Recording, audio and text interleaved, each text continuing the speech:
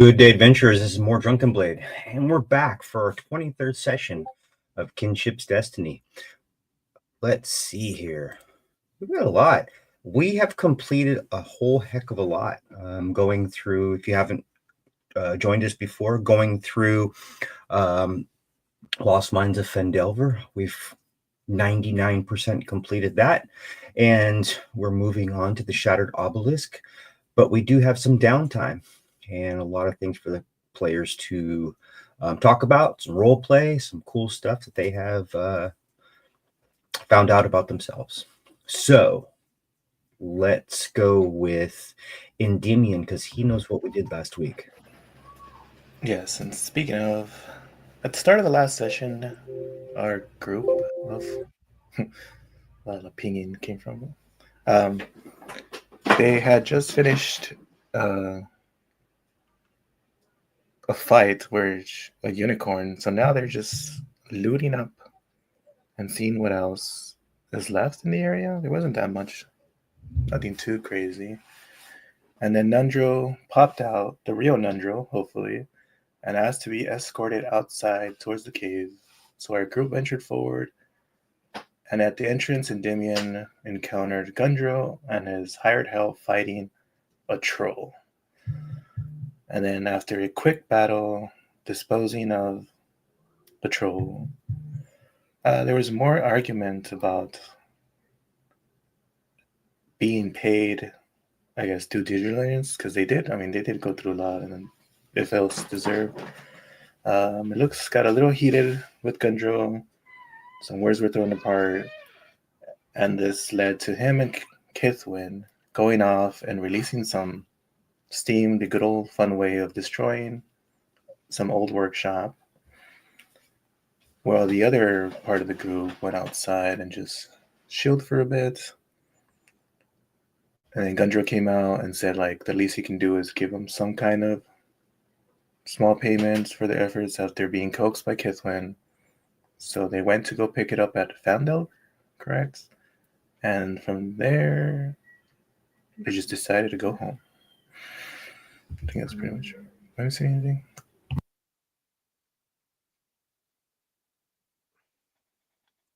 Sounds good to me. Gundren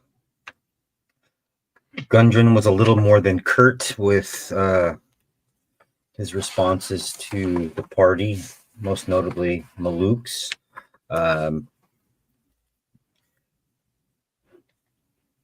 Making our way, I guess, back towards. Making our way back towards where we were at. You guys were taking a quick break. Sorry, I've got like so much on my mind for tonight. It's like a little overwhelming. I'm trying to focus. My apologies. Lots of stuff in my brain right now. It's about to spill all out. But we were one day away, one day into our journey back to Floodblessed. Now, when I say back to Floodblessed, I don't mean that's exactly where this party is headed. What I mean is that's the direction in which they were going. I could actually say they're headed back towards Neverwinter, and it would be the same thing. But nevertheless, heck, I could even guess I could say they're headed back to Helm's Hold. I mean, that's the same direction as well. But nevertheless, lots of stuff in my brain. I'm going to find a picture. And while I find a picture, what are you guys doing on the side of the road? You tell me what time it is and what you're doing.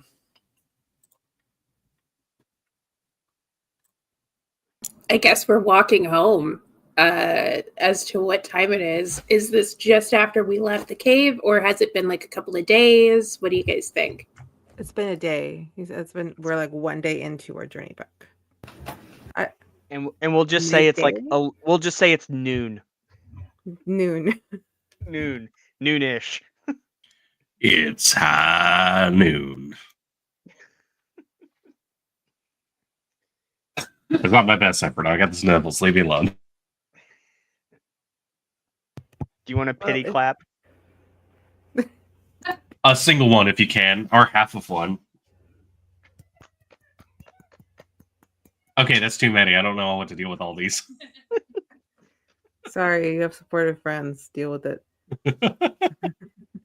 I get to refund some of those back. Okay, hang on. Ah. Okay, so we're walking down the road. Yes. There's Okay, no one for around, Latina, and her phone is dead. Sabrina would be kind of talking Kithwin's ear off over her theories and her plottings and schemes as she explains to Kithwin. Okay, because the goal is obsession, and then like and love stuff. That's the goal is obsession. That's what we want. I mean, it seems like you're really trying to like I fully support you, and if this is how you want to do it, cool. But it feels like you're trying to orchestrate things that should happen just like naturally. But they don't happen ever. They just don't happen unless somebody does something. So if I have to create situations, then I have to create situations. That's really hard Okay. out here. Yeah, it's not like I know any better. Here. So. All right. So, what is the next situation you want to orchestrate? I turn every shade of red. It doesn't matter what happens. I've noticed. I paid attention. I've seen myself in the lake. I turn every bead of red. I need him to turn every bead of red. Just once, just one time. It would be so good if it's just one time. He's the embarrassed one. He's the one that's all discombobulated. It's going to be really hard.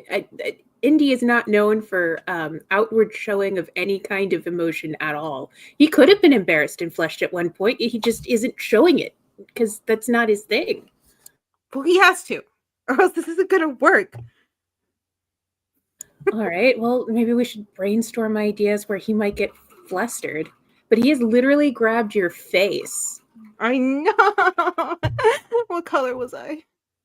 It was actually a very cute pink. It suited you. Went very well with the blue. Well, pink and blue look nice together, but still.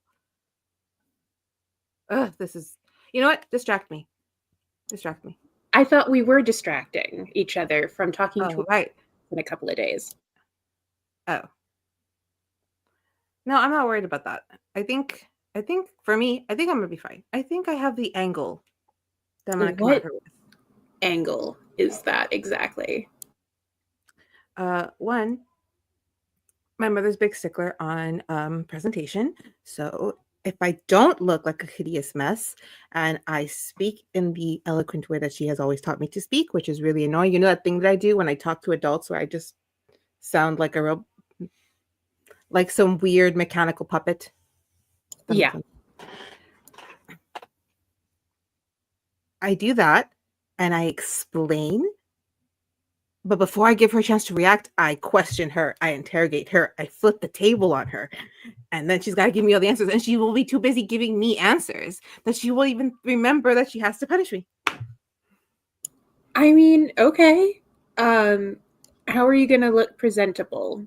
I mean, we could go by Miss Charlotte and Miss Adela's place and see if they have like some clothes you can get from them. That's not a bad idea. I was just going to try and salvage what I had. Well, if you want, I mean, you could also talk to Malukes about that. He's pretty good at mending. Are you sure? I don't really want to bother him. He's been a little different, and I don't really want to bother him with this kind of thing. You wouldn't hear us. We're conspiring. Speaking of being a little different, Malukes on the way to the Wave Echo Cave had been like a little weirdly uncharacteristically towards the front of the party in that situation. On the return trip, however, he is in the back. He has tried using his new staff as a walking stick, but it's not exactly a great height for him. It's too short. Stashed that back, and it's just it is the textbook definition of trudging, but still kind of keeping up a bit with everyone else. But it's definitely there's a lot of wind has been pulled out of his sails, so he's just at the back and just like following along.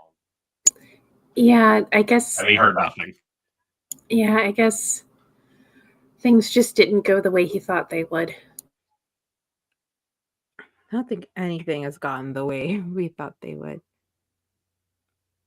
Nothing. In fact, absolutely nothing has gone the way we thought that it was going to go. And yet we're still alive. And we have some stuff to show for it, so... I kind of had fun. Even the rough parts, even the parts where, I got bitch slapped by a ghost. I was having fun, man. We don't get to do stuff like this back home. And I guess the only thing that's bumming me out right now is, Luke's not feeling too great and having to go back home and not knowing if I'm going to be able to leave or not. I don't think your father's going to keep you, especially not if you come at him with, your own interrogation. Sorry, I couldn't hear that last bit because Josh was laughing at you saying my father didn't want to keep me. Can you repeat that? Your father might not try and keep your things, I was trying to say. Especially if you hit him with your own interrogation.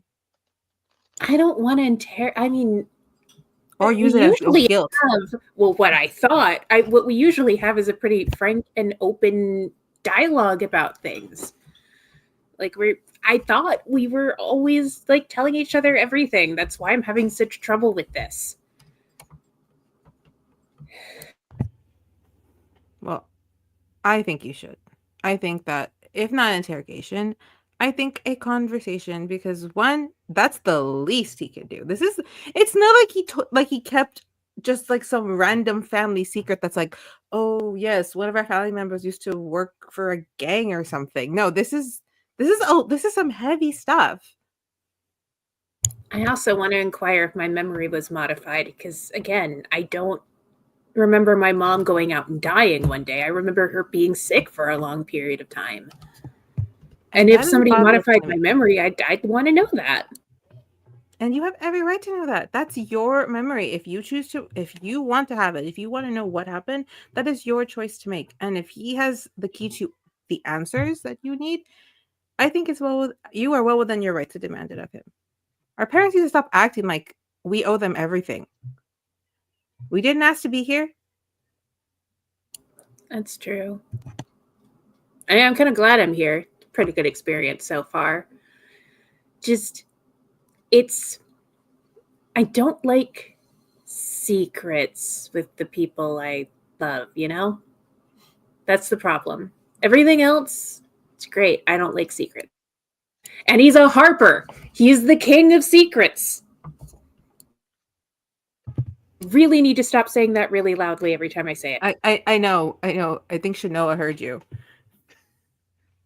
Because Shanoa is walking in front of the group, and every so often, just kind of giving a glance back, making sure everybody's still there. But every so often, she'll pull out that letter that Thordrin gave her, and she's just questioning in her head and just kind of mumbling to herself, okay, so I have so many questions when I get home. What order do I do it? How do I explain this? Does he already know? And then she'll just put it back in and just keep walking, and hearing the word Harper just get thrown around. It's sorry, existential crisis. I'll shut up.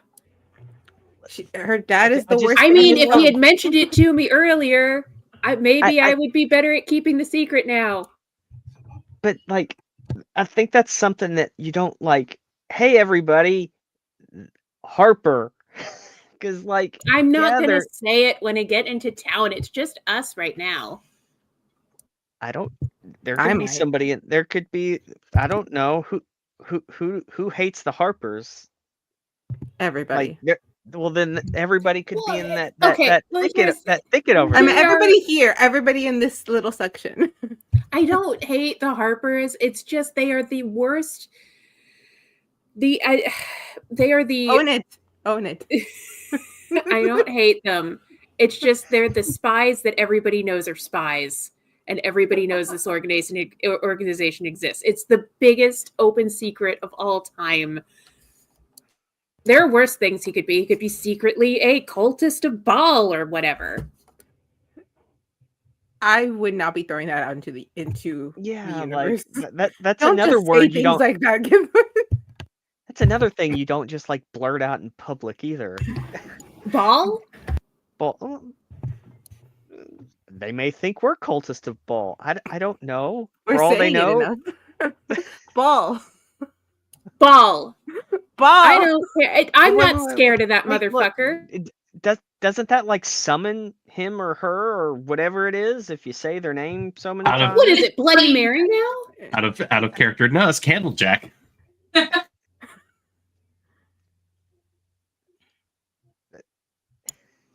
Listen, I'm gonna be cool once we get in. I'm just getting all of my silliness out now. Pretty sure I'll just walk in, give him a hug, and be like, hey, can we go talk? And then hopefully we'll have a frank and open conversation. But here's the other thing. I also need to verify, like, she looked like my grandma. I'm pretty sure it was my grandma.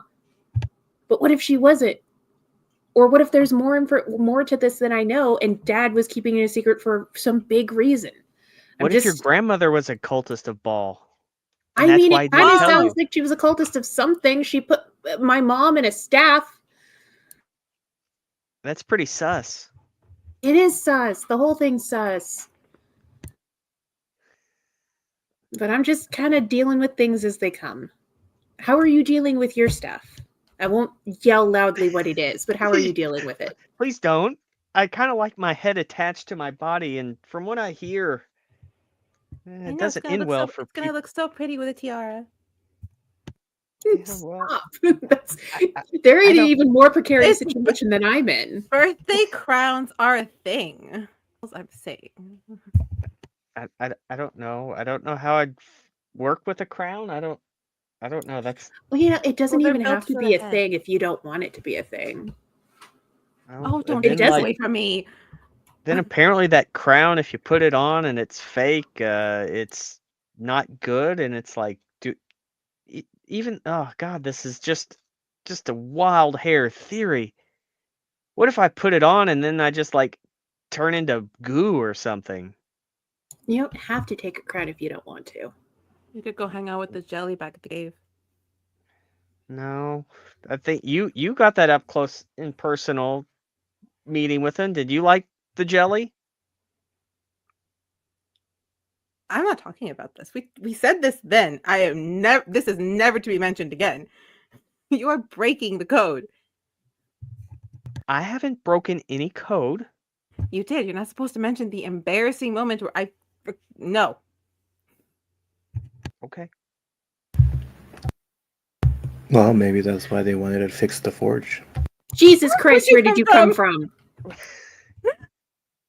I've been here the whole time. Chanel was once again leading. Wait, what do you mean the whole time? Like, it's not like he was invisible like me. No, like when she walked back after she heard something about Harper's. So from Harper's on? Okay. Harper's on? Okay. I'm gonna go walk closer to Maluk's and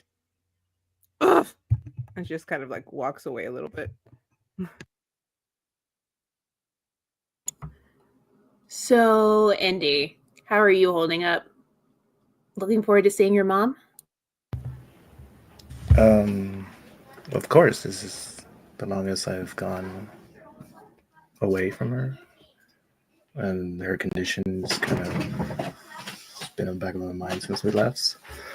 So hopefully we'll, kept his word and she's doing fine for me to get back.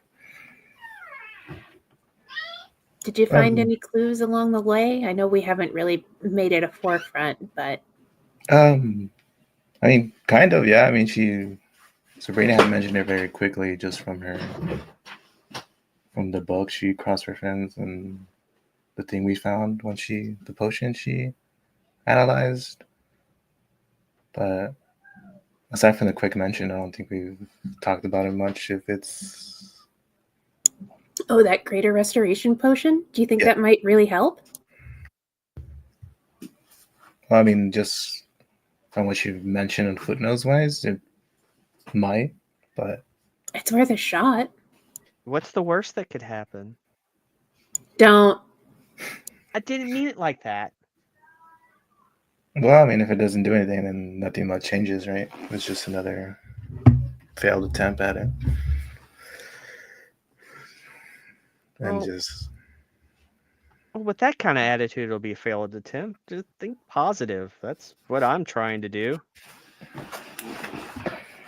well, there's only so much positivity to go around, but no, I'm always hopeful for her to get better. But at the same time, it's like, okay, once she is better, then I know it feels kind of bad, but it's like I've only known her this way, so I don't know how she would be otherwise. Mm. So I mean, even when my mom was sick, there was still like elements of her personality. Does your mom like anything in particular? Like a favorite color, a favorite flower, soup?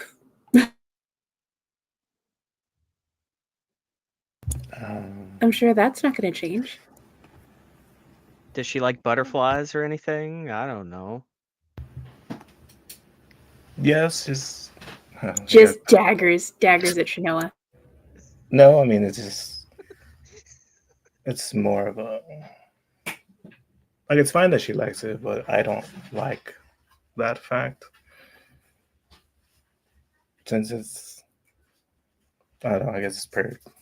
Well, I mean, have I mentioned it? I don't even know. There's so much stuff going in my head sometimes that it feels like I say something out loud, but it's just in my head where it's like she's mentioned that she likes my eyes, but that's kind of bugs me up because I got like her hair and everything, but not her eye color. So I have my dad's eye color, so it's kind of like, ugh. I mean, I guess that's one good thing. She likes your eyes. That's a positive because she likes them. At least she doesn't say, "I like everything but your eyes." I guess true enough. But got some hard feelings about your possible dad. well, I think it's more like I don't have feelings because I don't remember him. There's nothing. Join the club.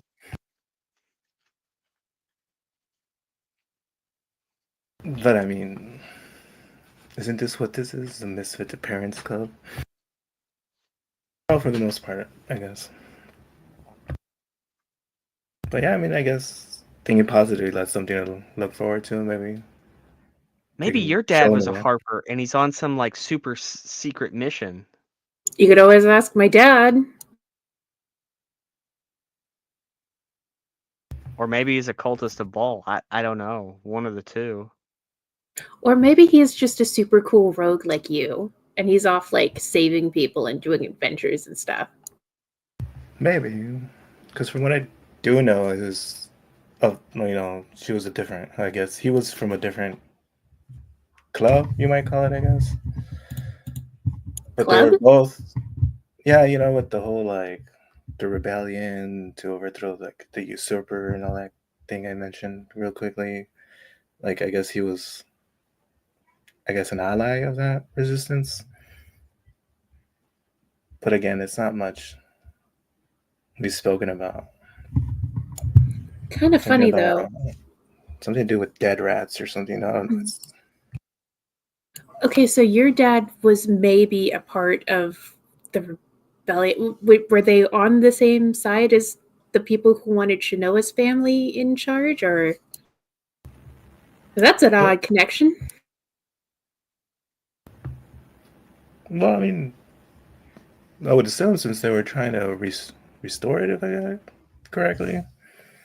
So they're probably trying to find her so they can help her, but at the same time, it's like, well, you guys haven't been doing that well, unless, of course, they finally did get a lead, and that's why our parents all gathered there. But then something shit happened, which stopped it, but why not continue it? It's like, why would they stop? Were they just waiting for you to get old, or? Well, from everything that I was briefly explained, every time they would bring up somebody that possibly could be it. Everybody related to that person and supported that person. Didn't end well, so they kind of chillaxed on bringing this up until they were definite, because it basically was everybody's head in one basket. So I don't know. There's so many questions I have about that. Well, if she does get better, I could always ask her what she was up to, and I'll just leave out everything that I know so far, just in case. Yeah, because what if she's somebody that was like sent out to eliminate people that were claiming to be it? I don't know, like some really spy stuff. Since that Like seemed to be decoys?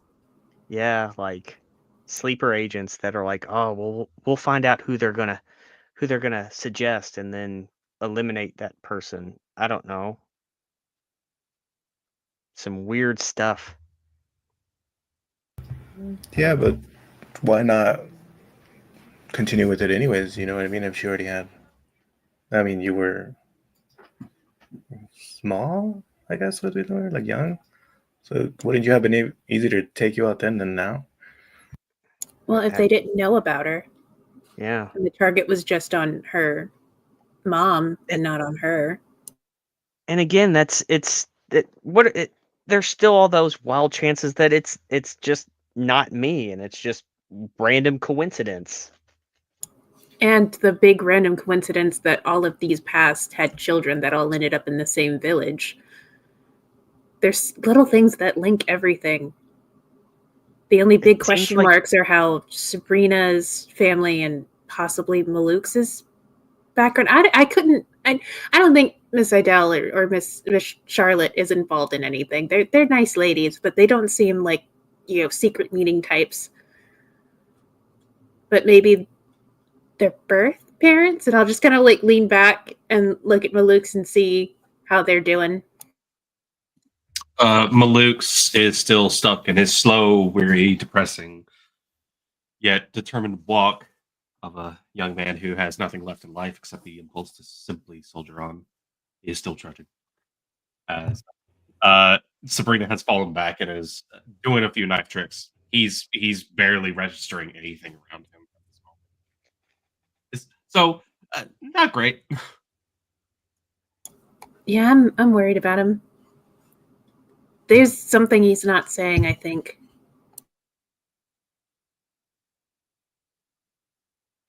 Yeah, when we were talking to that gym guy, he was there, but he wasn't there, if that makes sense. Distant, kind of like how he is now. Yeah. I'm still bring up in like a conversation, like, "Hey, why are you so down, chum?" He doesn't respond well to that. He just No. closes up more. I've tried, trust me. I ask him the same questions I ask all of you when you look a little sourpuss, and he clams up tight like his life depended on it. I'm hoping at some point he'll come talk to us about it, but until then, I guess I'll just keep growing this ulcer in my stomach.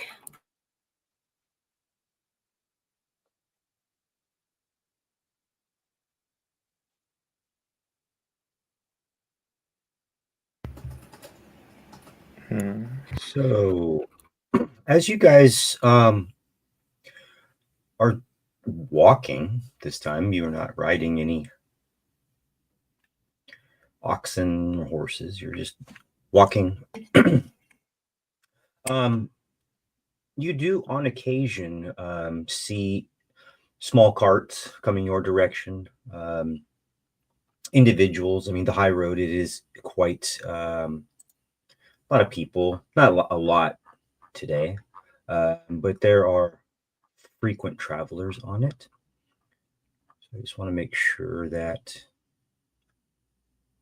let me get out of here really quick. There we go.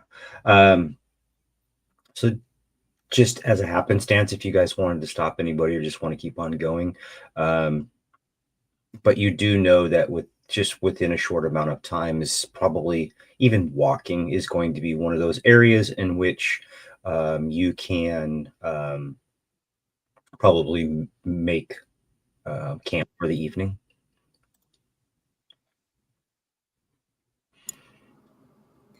All right, I'll go get some firewood, I guess. Anybody else want to join me? Yeah, I'll go with you. Just in case.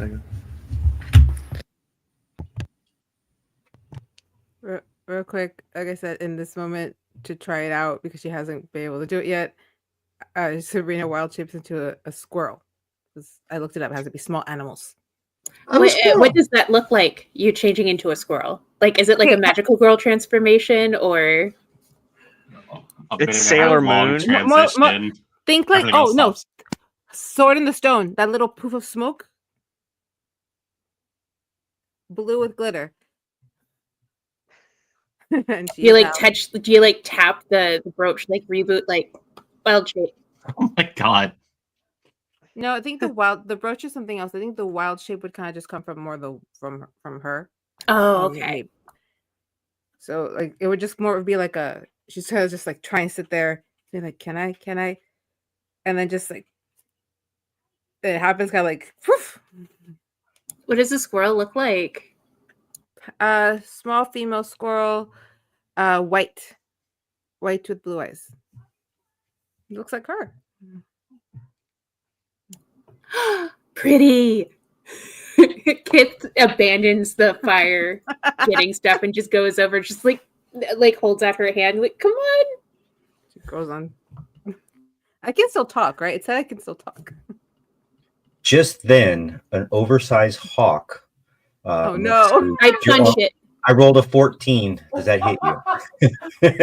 It would, though. I think a 14 would hit me if I was a squirrel. No, I'm just joking. As a squirrel. Often the distance, something has not been described as of late. You guys would have taken it as commonplace, just to let you guys know. You do see your small farm every once in a while, something out, not too much out in the open, but some cows, maybe small herd of axbeak, something like that being tended to every once in a while. This is, again, being on the high road, this area is not highly populated, but it does have small places every once in a while. These small rolling hills, if you take a look at the picture in the middle, something of that nature. It's maybe a little flatter than that. And I will tell you that it is a little bit cooler today than it has been in the past week or so. Remember, it has been raining. It's still kind of trickling every once in a while.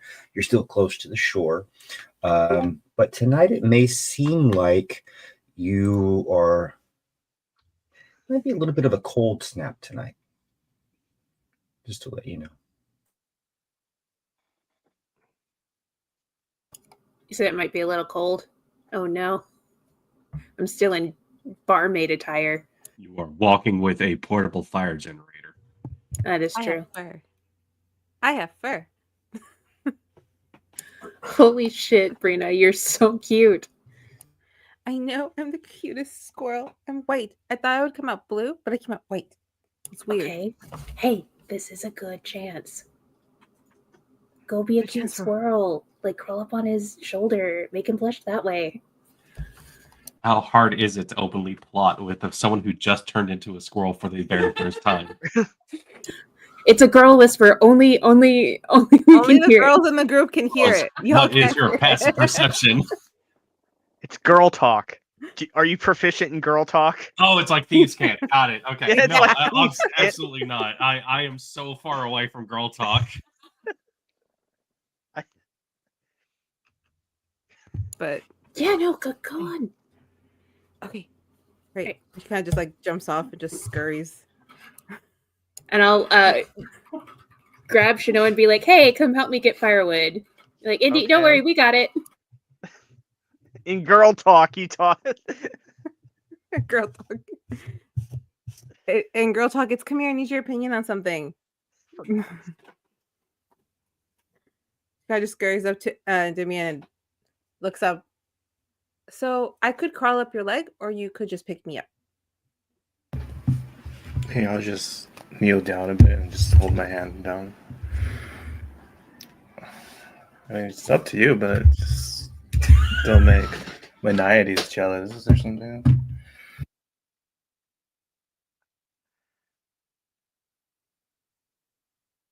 Magnificent. 3-point landing.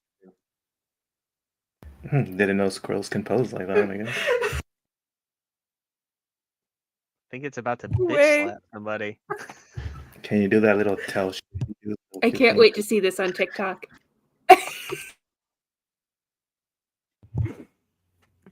My tail? She has like a nice fluffy tail. And she's like, look, I don't know why squirrel, but it seemed appropriate. See, now I can be sneaky too. She does like a little like sneaky little like flitter about his shoulder. Like, I can be sneaky too. He's just gonna unceremoniously just giggle because of the fluffy tail and then compose himself. Like, well, I mean, just don't try to give yourself away with the chittering. The what? You know, the thing they do when they chitter, when they go like the... Oh, let me try that. I can't actually do it, but she does do it. It's like, I can't do it. And she just has a little scurry. He's like, I am adorable. And then she kind of scurries close to his undershirt, but doesn't actually go in. Scurries to the other shoulder. This is going to be a lot of fun, but I'm hungry. And I wonder if I could find... Put me down. Put me down. Okay. And then my very silly character is going to run up a tree looking for nuts. I was about to say, please don't offer nuts. Yeah, damn it! I was typing it. Every one of us thought of it. Come on.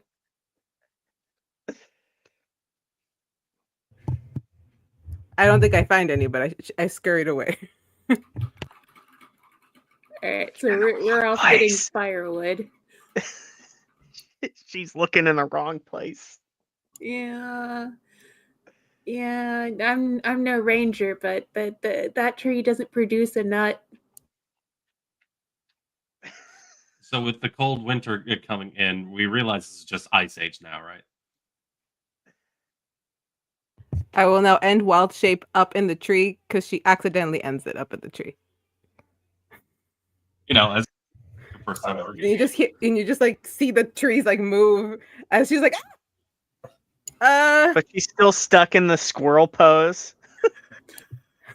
Roll a dexterity to see if you fall or if you stay up there. all right. That's a 14. I don't know if I fall. DM, should I fall? Why would you fall? You guys put too much emphasis on these numbers. I know it is the premise of the game, but 10 is actually an average roll. So. Well, she's able to hold herself, but I don't know how to do it again. I think I need a rest or something. But how do I get down? Oh shit, you're up there pretty high. Hi. You know what? I'm gonna figure this out. This is my problem. I got this. I wanted this. You all go about your business. I will be down there momentarily. Are you sure you got it? I got this. This is fine. Just jump off. Okay. Jump off. I'm not gonna jump off. I'm just going to adjust myself. And then she falls. You gonna catch her into, or you're gonna No, let she her fell. fall? She's falling. Just watch her. Oh, no, I have feather fall, so I'll just feather fall her and then catch her, I guess. We just watch her fall. Yeah. Is that what happened? Yes, it's a reaction of all things. Sure, why not? So,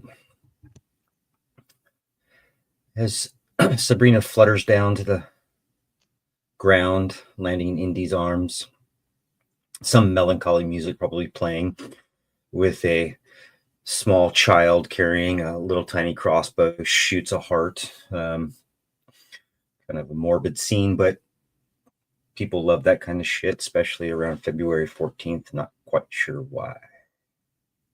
Just another reason why Indy has to buy her a gift. That's all I can think of. But anyway, as you guys are making your way, collecting some firewood, getting ready for the evening, these rolling kind of little bit of a rolling. You can see again where there's a place for you guys to chill out at. Pretty big, but one side of it is currently in use. The cart that is in there is kind of this overly adorned, kind of a flamboyant looking kind of a cart. A single mule looks like it would have been pulling it. It is four-wheeled, too large in the back, too small in the front. Brightly colored, has some kind of a canvas, again, multi-striped kind of a canvas awning that leans out with a chair, an old gentleman sitting in it in a rocking chair, kind of sitting as you guys approach, puffing on a pipe. He looks over in your direction. He has a small fire brewing or going, and some kind of a small cauldron with something brewing or cooking inside of it. And he's just kind of rocking back and forth. What you guys doing? Possibly would any of us recognize this cart?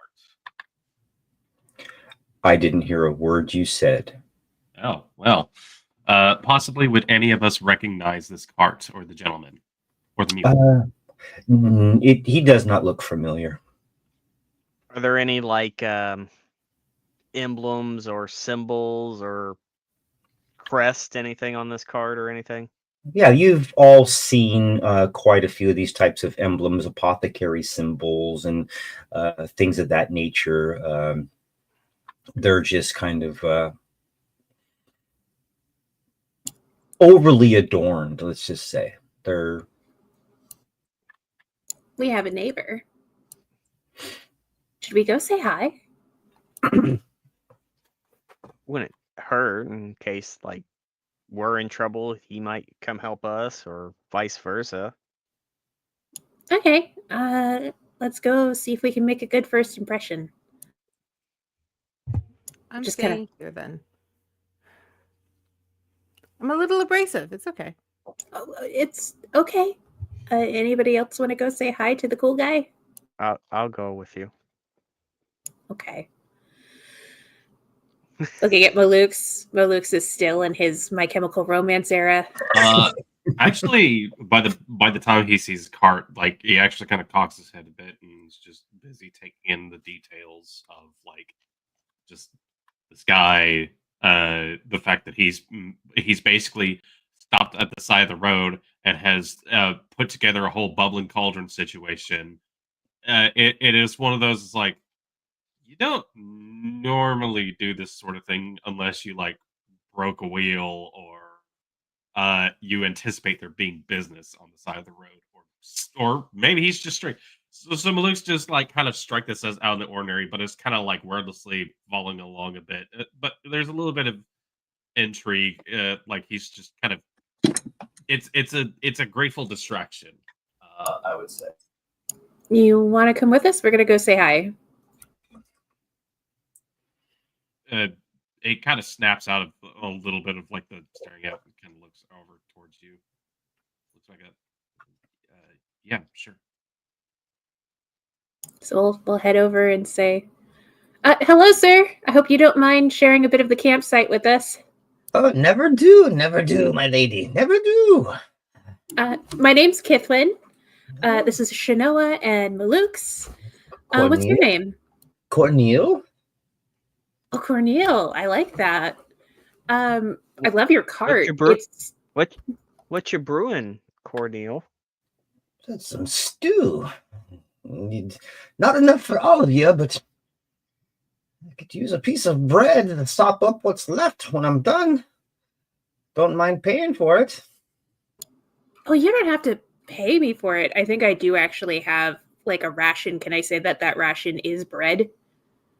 Yes. I will take a bit of the bread. Shush, Josh. This is how I make friends.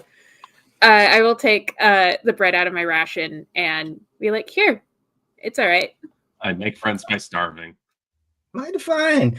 Reaches down next to him to what appears to be a half-gallonish sort of masonry jar. You can have a fine taste of this if you'd like. Oh, Reckon yeah, it's equal exchange. Cool. Kithwin goes to take this drink from a stranger. Does anybody stop her? He should know better. So I'm thinking he's obviously got a plan. Shanoa drops a detect good or evil out of panic. I Well, mean, he offered Well, it. you know what? I'm too far. You know what? I'm gonna do my divine sense. I'm gonna You're not- slow motion take a drink while you do that divine sense. That way you can say Divine yes sense. or no.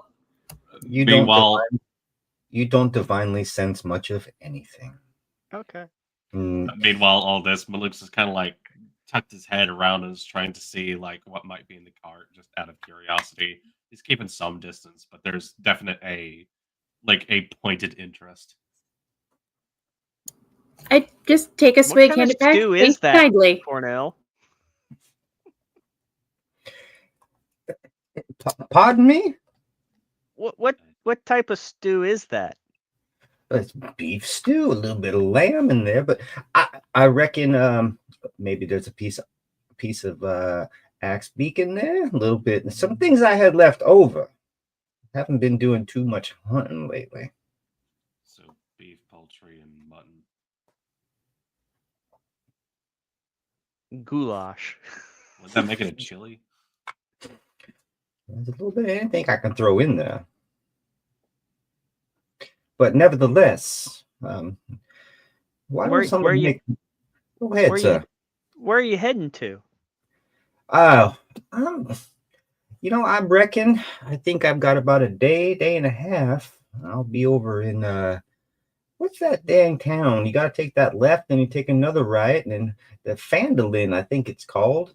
I'm not going to be a fan of it, but I damn well will go there. A lot of people are fans of it. We've been there recently. Oh, have you now? It's different. Different? It's a little town, probably still a little shithole if I remember, but nevertheless. Yeah, that's a good way to describe it. People are nice, but easily taken advantageable.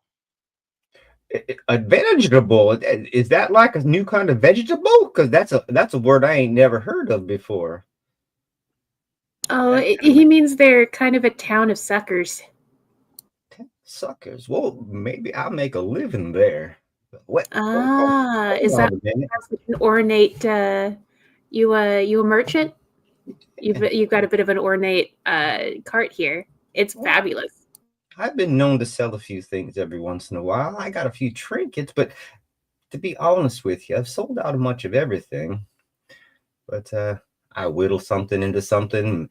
I can make a gold piece out of a copper piece.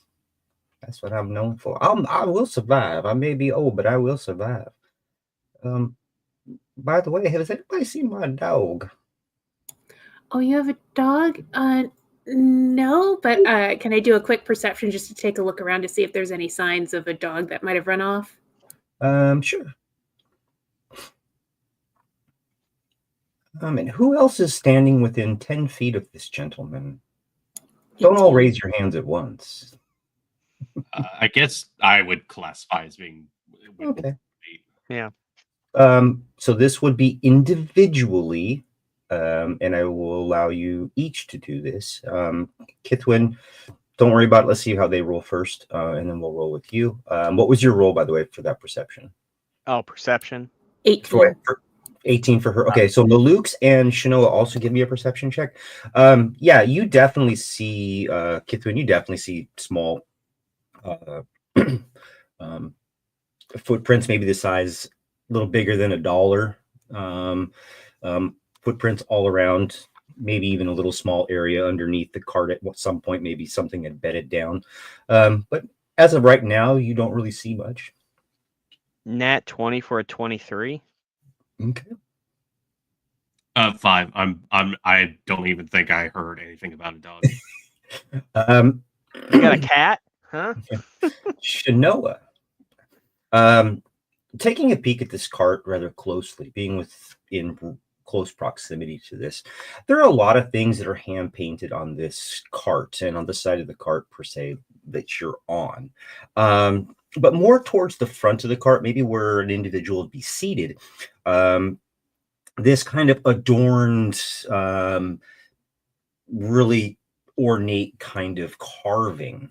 It is a top half, let's just say, a top half of a human. Not really anything, it's not like, oh, it's a noble or anything. It's this kind of rough hewn kind of carving. But you swear with that 23 that it was looking at you. And nothing went off with my divine sense, correct? Oh. Well, let's see here. This stew is about done, and he whistles loudly, which I can't whistle, whatever that is. Join the club. Yeah, I'm just not a whistler. But just within a few seconds, through the bramble and brush, comes this kind of a red, lavish, older dog, probably seen better days, patches of hair missing. There he is. Pern, I'd like you to meet, this is Miss Kithwin, and then that's Shanoa. Is that what you said, boy? Wait a minute. Yeah. You're a girl. Yeah. How about that? And not the first time. Malukes. Slow turn at the whole, wait a second, you're a girl comment. Just, what? Just nonverbal, like, kind of an odd fellow, ain't he, Bird?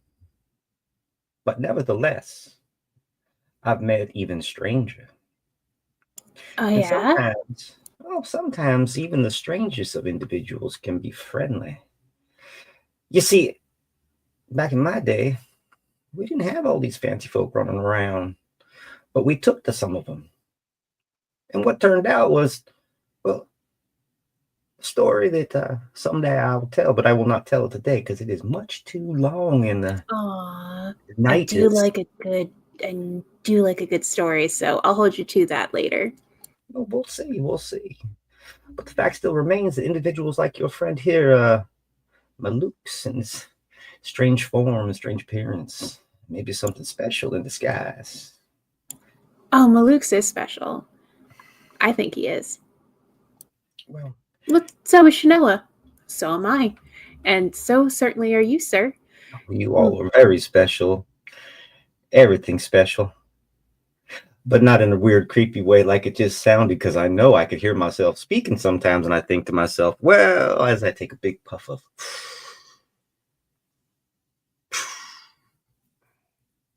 I gotta be eating. You gotta be making a place to stay for the evening. But don't you worry. You could probably, you do what you need to do, but I'm not gonna worry about the evening. Nothing seems to bother me at night. I got Pern. I see. Well, you are a mighty guard dog. Nothing's gonna hurt your master, is it? That dog looks at you like, lady, I'm going to sleep. And literally walk down. You're a mighty guard dog, and I'm just like imagining Pernus just licking at its bits, like, huh? Starts to lick himself. I mean, this dog is like, this is not a guard dog in any way, shape, or form. She just gives a bit of a chuckle. All right. Well, we are just going to be over there. If you do need something, please don't hesitate to ask. All right. Not a problem. And if you need anything, you just holler. But I got to let you know, I'm a pretty sound sleeper.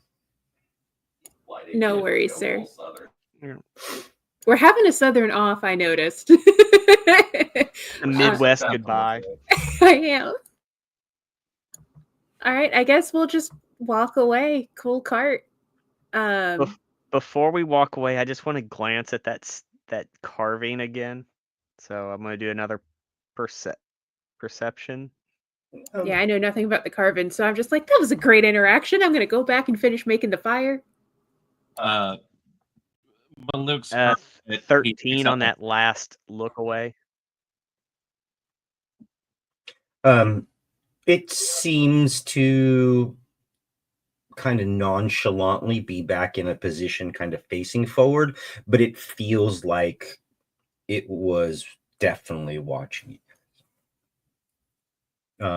And let's just say, for the sake of argument, as you get closer to the road to make your way back down just a little ways, I mean, you guys are only probably 100 feet apart in this small area. Your campsites are adjacent. You do see that there are two wood carvings on this the front of this kind of cart. So probably when we get an earshot past, like, I'll just kind of do that last look around. It's like, did you all feel like somebody else was watching us?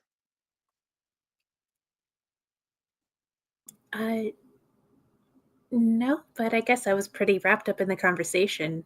Did you sense something?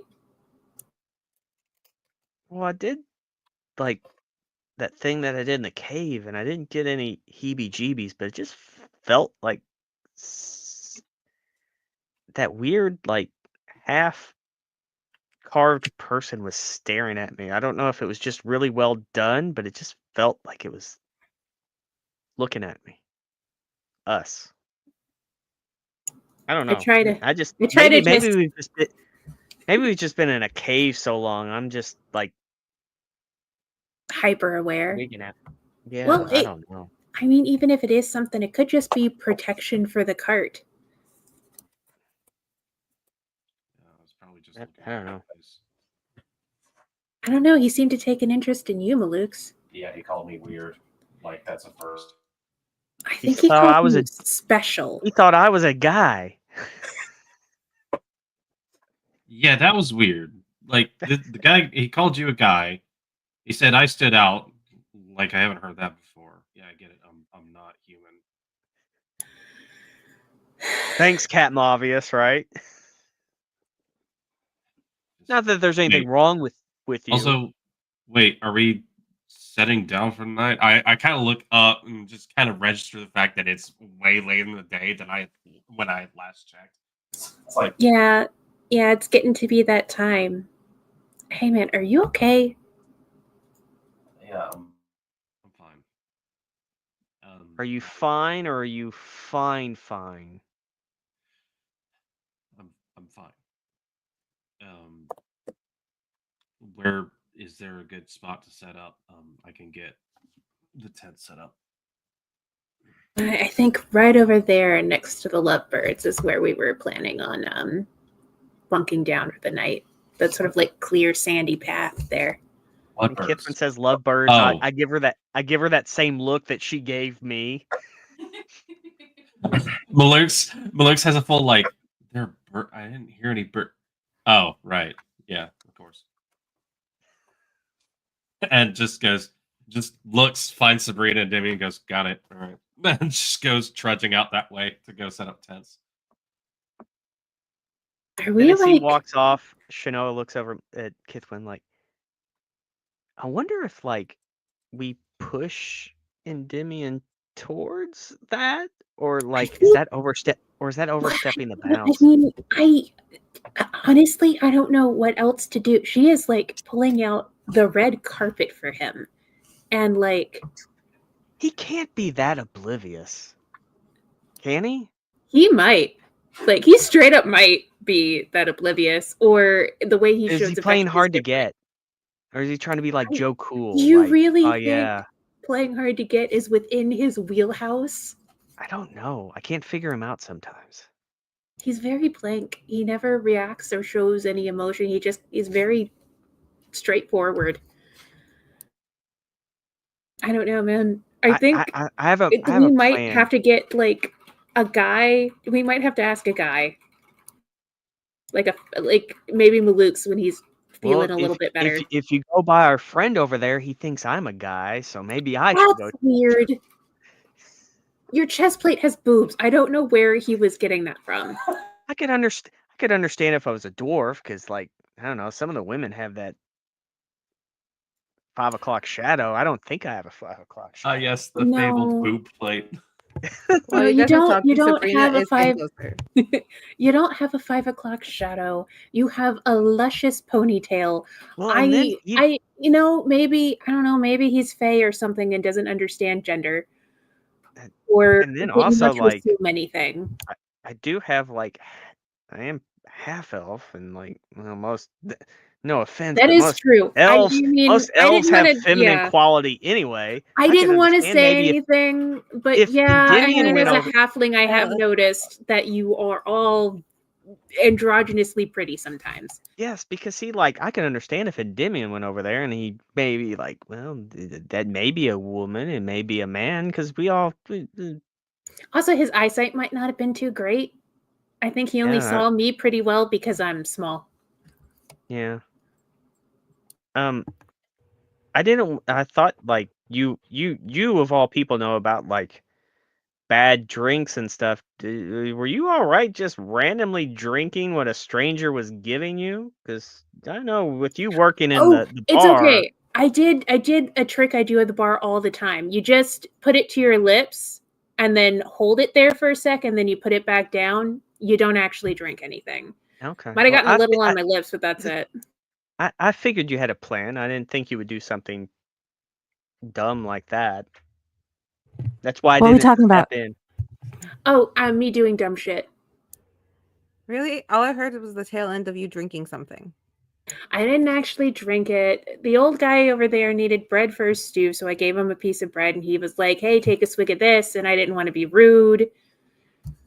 So I took a swig, but I just kind of pressed it to my lips and set it back down. I didn't actually drink anything. So the same trick you do at the bar. Yeah. At the tavern. Yeah. Same thing. Same difference, yeah. And it did like touch my lips a little bit. Unless it's like super potent, I should be cool. Oh no, maybe they'll get plumper. Sometimes that's something that happens.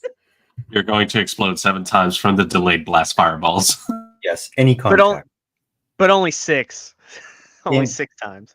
And you do, I mean, just for game's sake, even touching your lips to that, you can tell that whatever was in this was basically It's moonshine, right?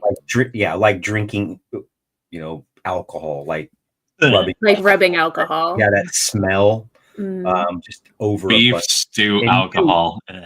You knowing about liquor and things like that. This is just like probably was going to be just a horrible experience for you. He reminds me of above game. He reminds me of like some family I have up in the Appalachian Mountains, like literally sitting by a cart with moonshine, drinking and saying, "Howdy, come on over, have some venison sausage." Like that's the vibe. He's got 7 teeth, or 7 good teeth, but 4 of them are in his pocket. I call this one Chompa. I took this one from Jimbo. I reckon. Well, honestly, I think he's a harmless old man on the road. It's fine. As the day starts to fade and the light starts to dwindle, the cold breeze picks up and starts to blow out towards sea, which would be the westerly direction. Tops of the trees start to make wave. Grass kind of starts to part from the wind that's kind of picking up. Leaves scattered all around you. You guys making a fire? You've set up your tent. What are we doing? Definitely making a fire, especially if it's cold. Malukes has set up tents once he discovered what obvious direction the wind is blowing in. I set up the tents in like a half circle formation, set fire in the middle, and has just like fed it as much fuel as possible, and was just like, all right, I just maintain this thing because that's what I do. Okay. And has taken the mace Lightbringer and has like planted it in the ground and just commanded it to cast light. Okay. Just to give them an idea of what's going on around. It's cold. I think I might have to commission a coat from your mom's.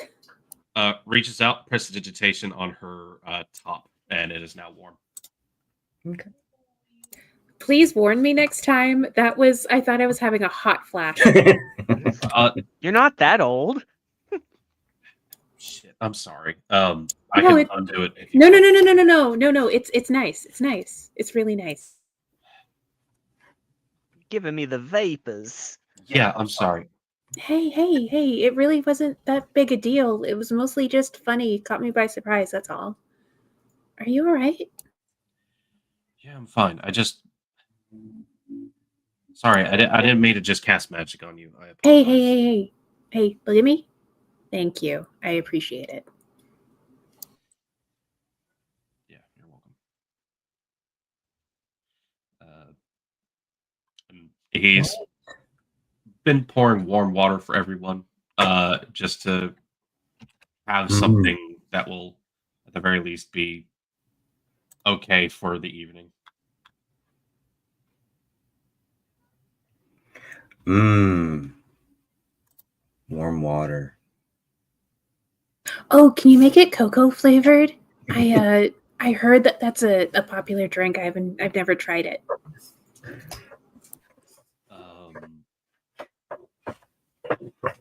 I'm history check for myself. Like hot but chocolate. The only thing in your brain that's kind of popping out is this. It's more of an exotic drink, similar probably to what she's saying, but it is chocolate con leche. It's exotic.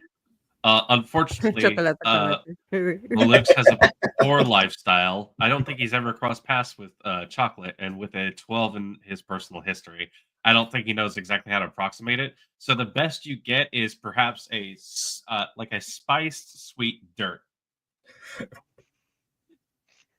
I very gratefully drink it. I'm not gonna pull a face, nothing. I'm just gonna be like, oh, thanks. Speaking of dirt, what's in your pocket? Yes. Huh? Oh, damn, that question you asked threw me off. The Aurora dust, I want to throw it onto the fire. That's what I was trying to do. Okay. Pick a color. I pick blue. So you guys have this surprising no one. You guys have this beautiful blue flame. From a distance you hear, well, ain't that something? God. You know, y'all welcome to come over and share a fire for a little bit. Why are you talking like that? I accidentally mimic people when I'm trying to relate. It may take me a minute to get over there, but I reckon I'll take you up on it. All right, let me know if you need any help finding your way or whatever. Well, my walking. Also, I have let Tara out. I said there. Go okay. And I stop and I go, wait.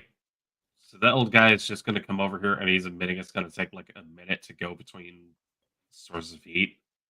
I stand up and look in his direction. Is this guy like carrying a torch or anything on his way over?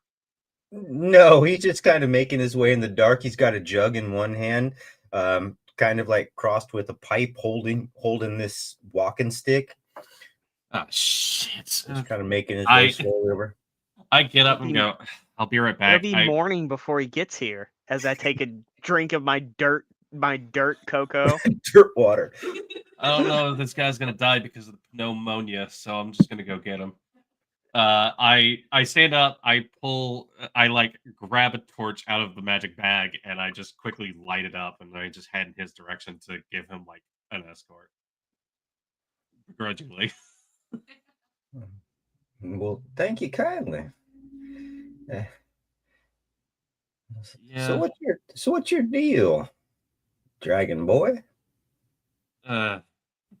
Just My deal is I didn't want Kithwin to be crying her eyes out in case something happened to you. So, watch out for the gopher holes. You got a Karen heart. Not a Karen, but a Karen. Not to be confused. Don't want to insult you. Or the Karens out there. Don't want to insult them either. What? I just mentally, what the fuck is a Karen? Well, a Karen is It's a giant bird of prey. Well, no, it's a marker Let's that speak to your manager. You stack some rocks up. Ain't that a Karen? Oh, Cairn. I think. Sure. I think I've heard of that. Okay, now let's don't get too intellectually deep. My mind ain't that swift. It's just a word. I'm sitting here like, what the hell is this guy's deal? Just helping him over. I like partway through. He's probably so slow. It's taken me an extra bit of time just to be like, all right, come on, little guy. And like halfway to the journey back to the fire, I'm like, was there a dog? I look back. I probably don't see it. I'm just like, well, all right. You can see the dog laying close to the fire, probably on his back, little legs up in the air. But that's about it. This dog is crashed out like for the evening. Yeah, that's perfectly fine. Okay. And eventually, I'm sure I get him over towards our piece of flame. So, well, if I sit in the dirt, it's going to take me a good month to get up. Could somebody roll me a log or something over here? I can definitely help with that. I'll go and find I'll just give him whatever stump I was sitting on. Well, damn, that's twice in a row you've been nice to me, Miss Kithwin. Anyway, it's just the least I can do. It's fine. Oh, it's not the least you could do. I can tell you're you right. what. It really isn't. I've met individuals that, well, let's just say, they don't treat people too nice, too kindly. She's nice to everyone, so don't think too much on it. Well, where are you those words, and I prepare sorceress burst behind my back. Well, I mean, you can go through life being all mean and nasty, or you can go through life being nice, and I feel like that makes for a better life, don't you? It's not hard to be nice. It's actually quite easy. If you're trying to conceal what you're doing, let's roll a check for that. I will put sorcery points into subtly casting it. Okay. Sabrina, can I insight check? You may insight check. I like to insight check the gentleman. Yeah.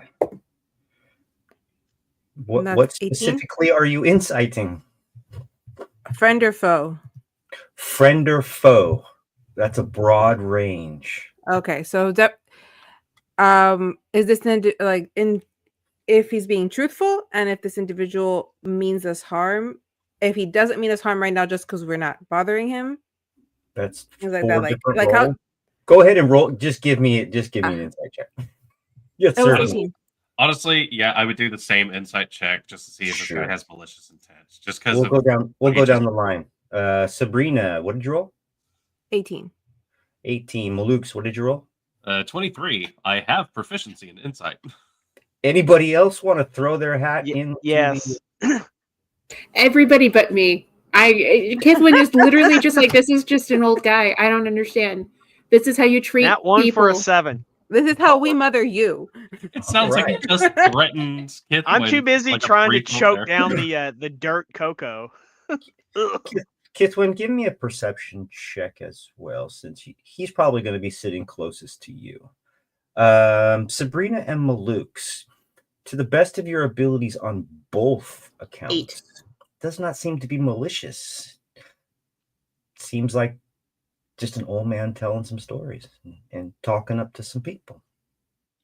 But at this point, does not seem that he is trying to deceive you in any way, shape, or form.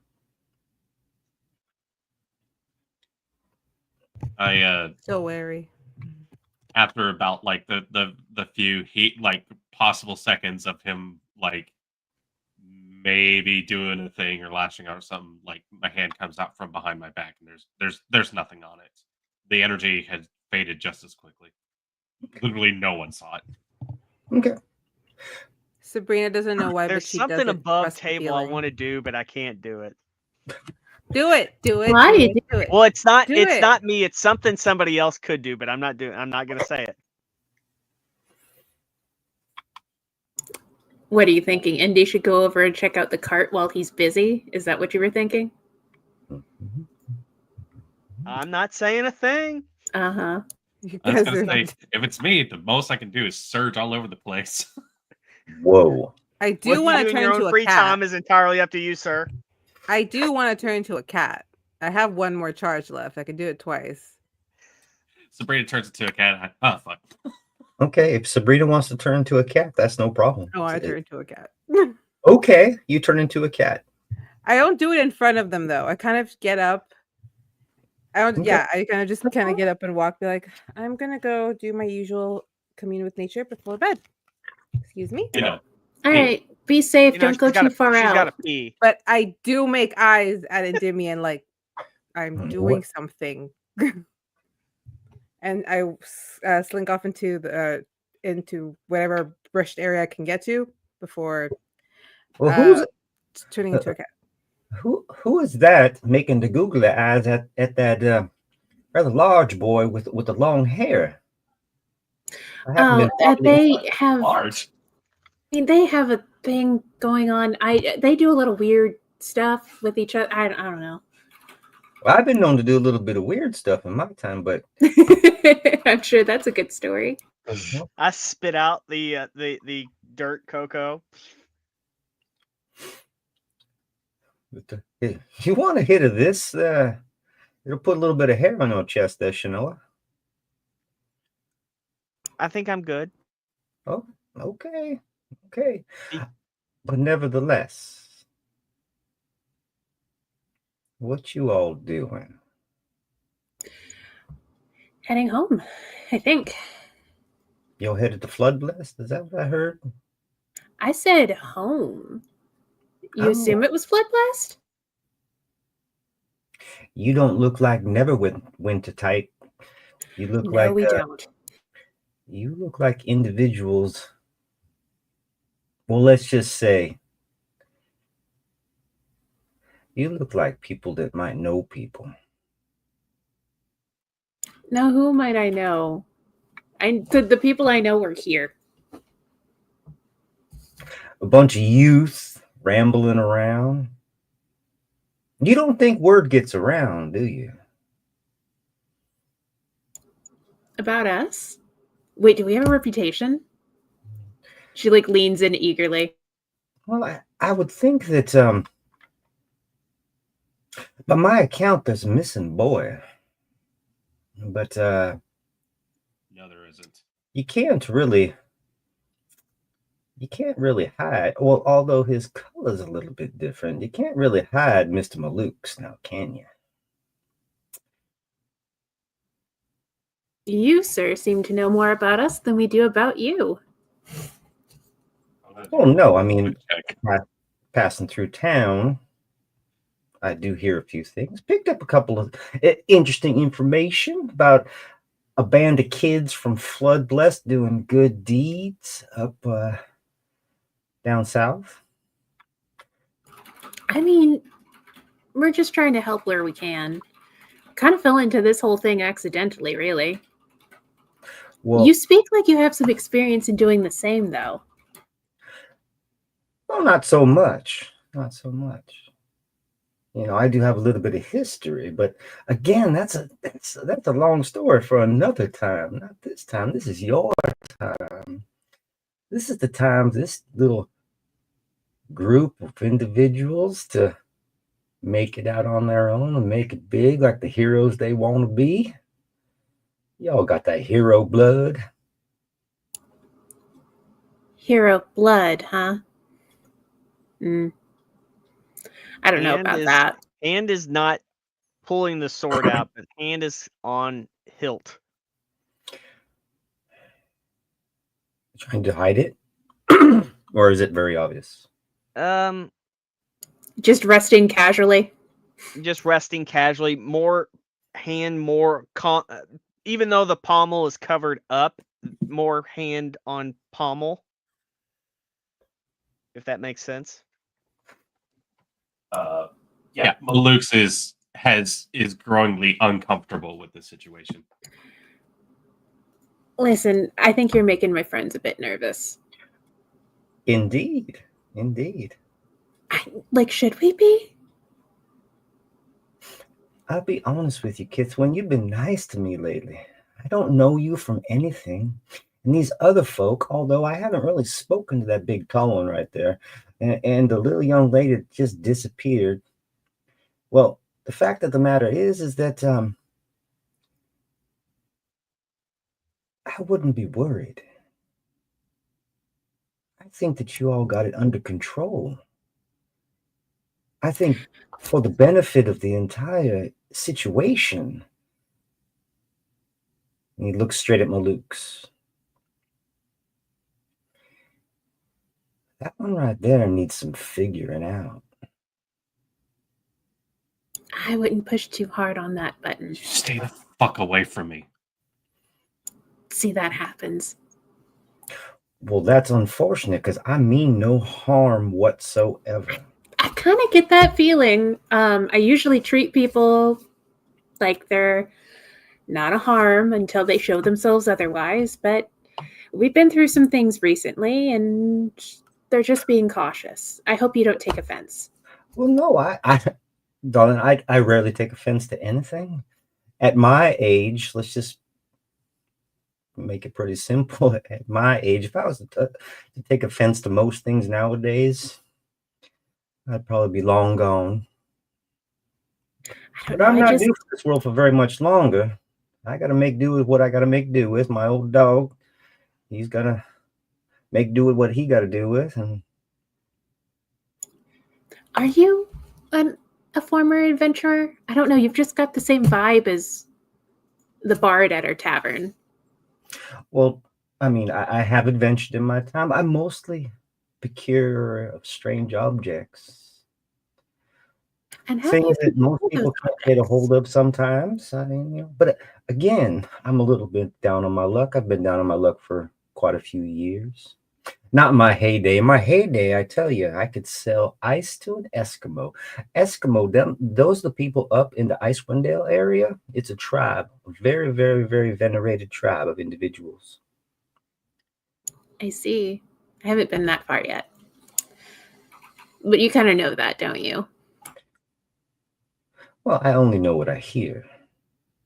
What do you hear about us? You said that we do good, but is the vibe people like us, or is the vibe these kids are annoying?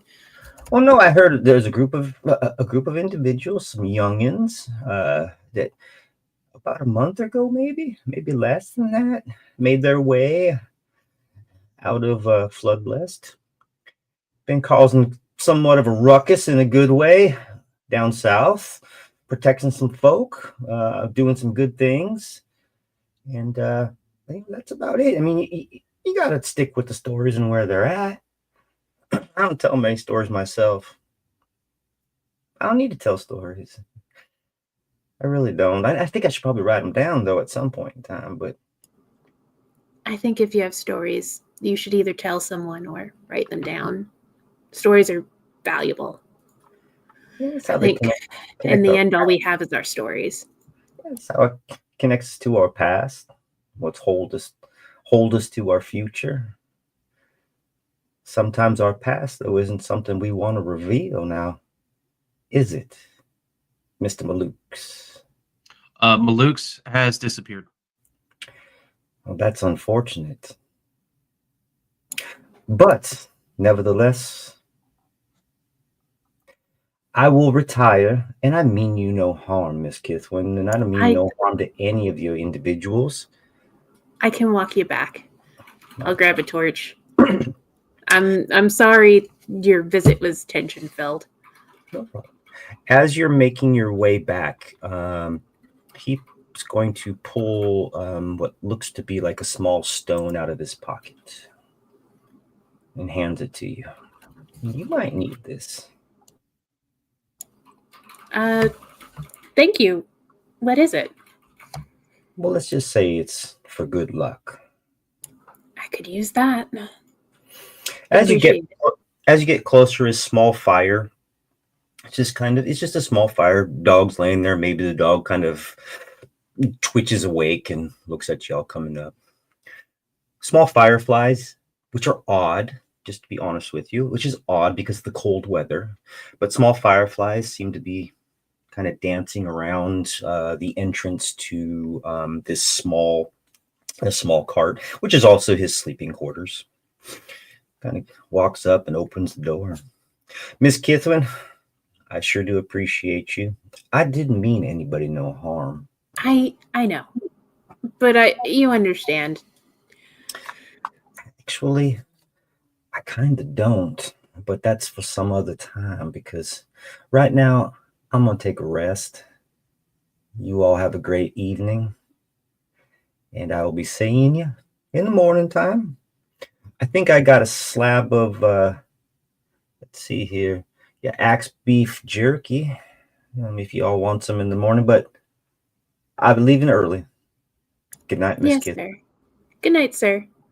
Mm. And Open- I'll like grab a couple of sticks to put on the fire for the dog, and if he lets him, I'll give him a pet on the head. Okay. As you pet him on the head, and you feel small bumps and realize that there are large ticks on him. Maybe a few fleas, but he's a good old boy. Aw.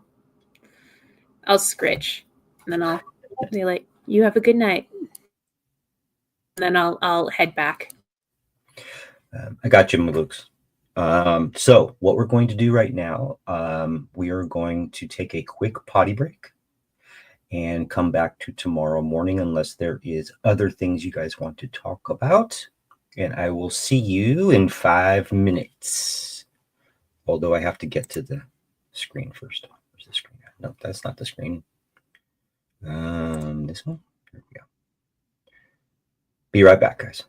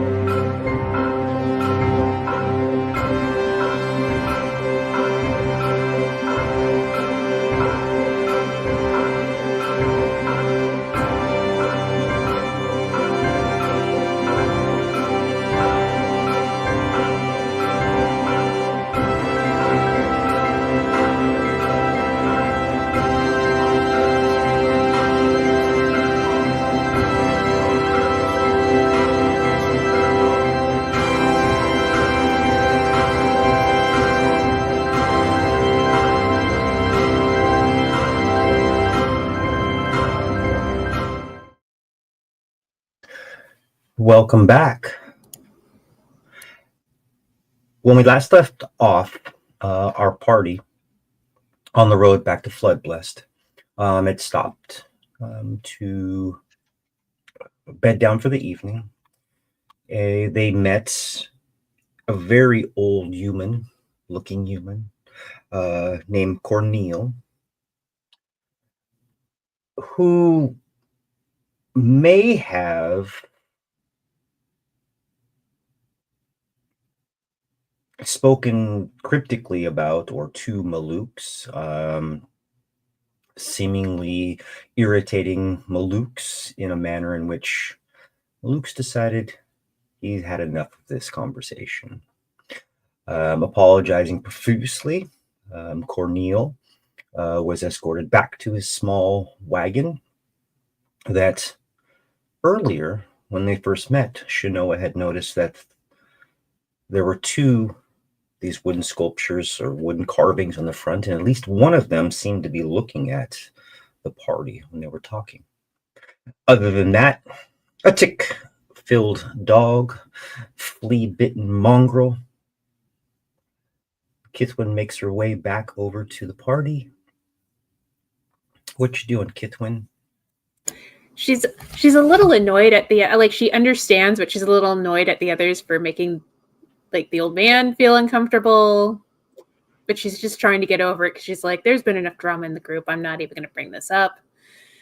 So she just walks back, sits down at the fire where the old man was sitting, and just kind of in the palm of her hand is just looking the rock over.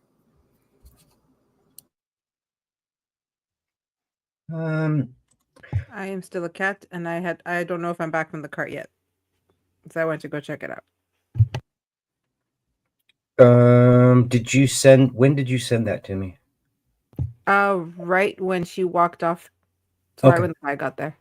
She went to go do something and do something. Right, I thought to do something she was changing into the cat and didn't want to. Yeah, she said that.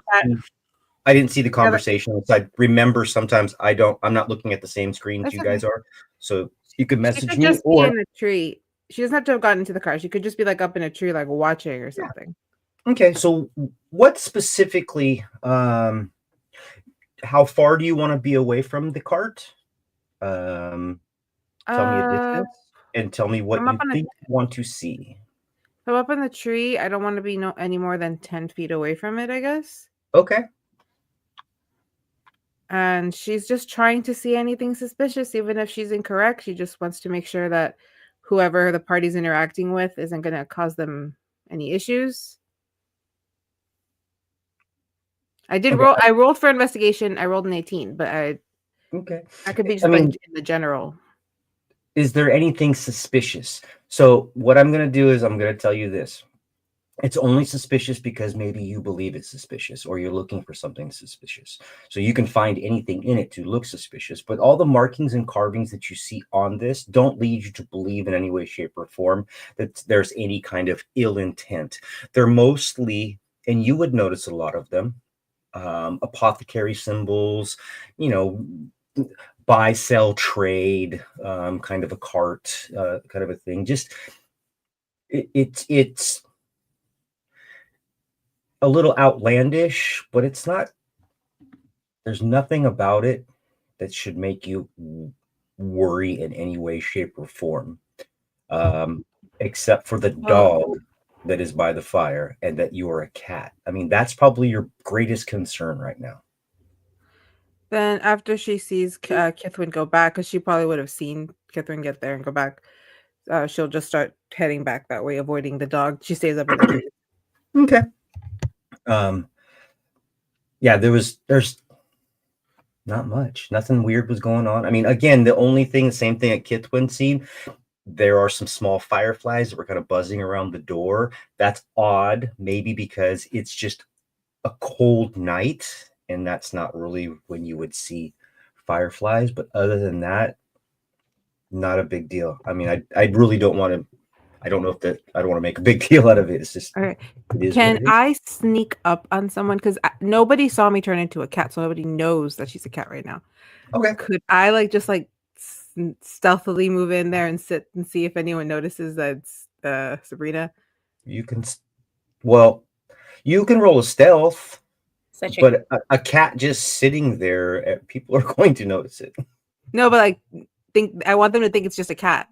Let's. They're going to think it's a cat because they have never seen you turn into a cat before. Make a charisma If it was check. a white squirrel, I'd be like, "Oh, there's Sabrina."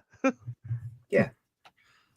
I was gonna am say a very have dark charisma blue stuff. cat. I'm like that midnight blue type of cat.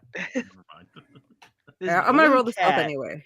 Okay. We have somebody that really likes blue, and now That was there's a this dirty. random blue For that, cat I get here. a dirty 20. For that, I get a dirty 20. but Actually, that would whatever. be a 21 for you. Cats have a little bit of a +4 to their thing.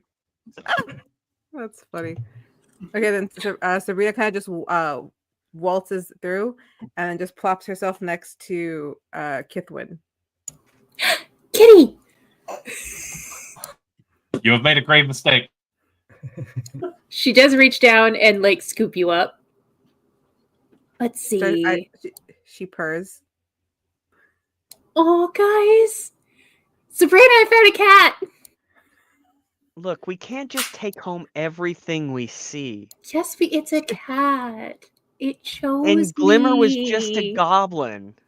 And then that thing in the cave was just the weird one-eyed monster. And then the weird creepy old man that made Maluk's run away.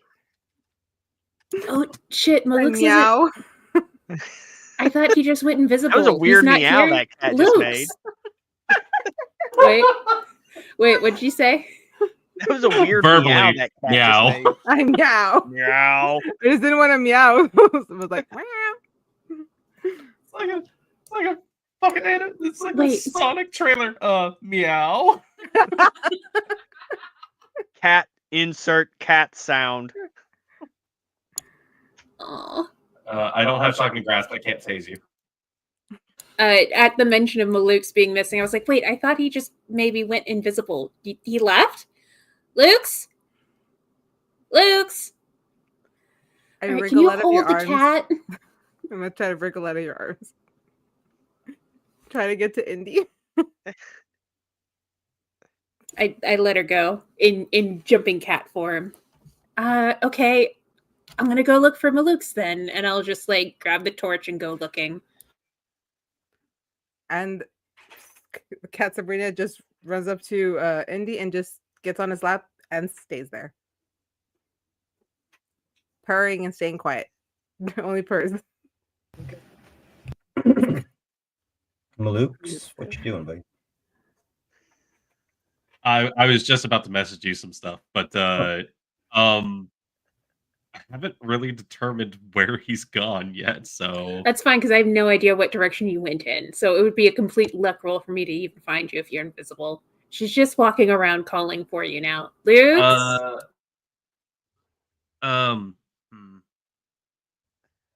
Let's do it this way. Roll. I was going to say, do you want rollies? And I'm gonna roll stealth.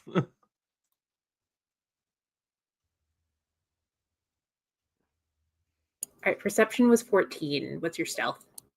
Not great. In invisibility, it's a 5. So, I have maybe taken a few back and have just not answered. You just about like swing your arm and smack into my leg. I just walk face forward into your back.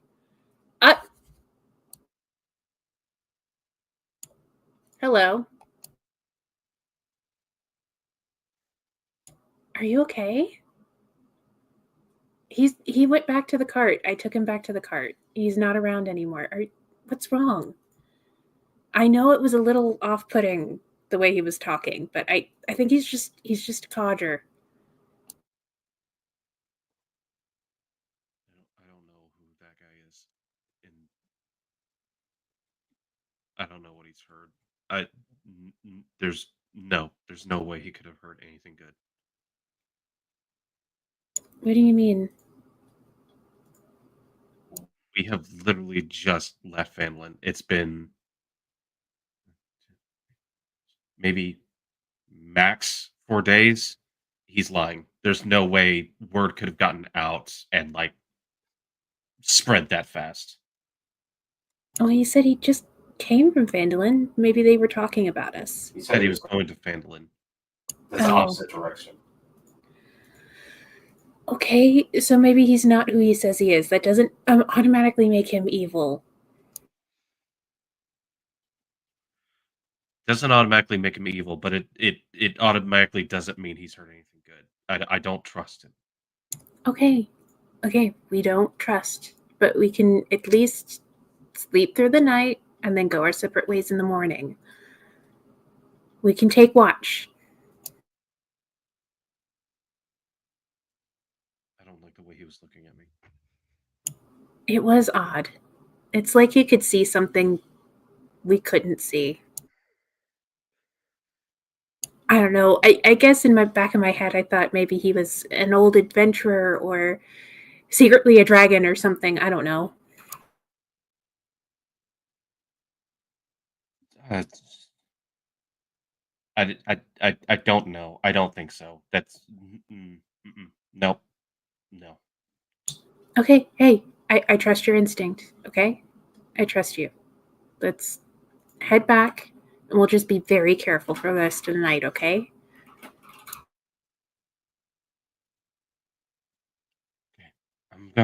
I'm just gonna go to my tent. I'm sorry. I'm just gonna, and there's movements. One of the flaps of the tents opens, and it like just general movement and shape of something just going in there to settle down. Okay, good night. Seeing this cat jump at Endymion, Shinoa just looks at him. God, wow, you just have all those pussy cats just flinging themselves at you. Yeah. It happens back home too. I think it's just the way that they smell. The roar, maybe. But anyways, aren't you such a cute, talkative cat, aren't you? All right, well, that's Maluk's accounted for. We're still missing one person. I'm going to take a lap and see if I can find Sabrina out in the woods. The way Maluk's reacted, maybe we should be a bit more careful about our neighbor. At that, Cat Sabrina jumps up and runs into the forest. Oh man, you let the cat get away! Let the cat out of the bag.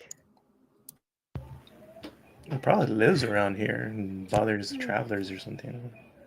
Or it belongs to the farm, like it's a farm cat. No, I think those are more, I guess, tougher, having living that life. Because some rats get massive. Oh, was the cat's paws too soft or something? To have been a hard-working farm cat? Yeah, maybe she jumped out of somebody's wagon when they rested here. I mean, that some kind of nitro and just didn't pay attention when they left. Oh, that makes me feel bad for it. Okay, I gotta go find the cat and Sabrina, but the cat too. I'd say Sabrina should be the top priority, other than the random stray cat. Of course, Sabrina is the top priority, but now you made up the story about the cat being vulnerable and left behind by its people. You can see like tears starting to well in Kithwin's eyes because you feel so bad about the cat. Anyway, I'm gonna go look for both of them. Odds or evens, Kithwin? Evens. Lucky. Okay, you catch Sabrina mid transforming back. She makes eye contact with you and just like, oh, come on. That was good. I won't say anything. I won't say anything if you don't. Dude, you was petting me. I was purring. I have no idea why I did that. But it was a lot of fun. No, shh. Now, see, here's the thing. We play the long game. You keep showing up as the cat and like it's following us. And then you just keep doing that. It's weird. This cat shows up every time Sabrina's gone, and we just want to show her the cat. Man, it's like that story of that guy that was the journalist, but he was really the hero, but like nobody knew it was the same person. They never were in the same place at the same time. Oh yeah, Magnificent Man. I love that one. Yeah, Mark Mint. Yeah, Mark Mint, the magnificent man. Well, my Crimson Butterflies aside, I did go check out that guy's camp. I saw you go and saw like that whole exchange. Oh yeah, he gave me this. Yeah, I saw. What is that? I heard something about luck. I was up in the tree, so I don't know how well my hearing is. Well, maybe you can make heads or tails of it, and I'll give it to you so you can do identify on your own time. Oh, perfect. She's wearing the pearl necklace and whatnot. And I'm casting identify on the rock. Martha.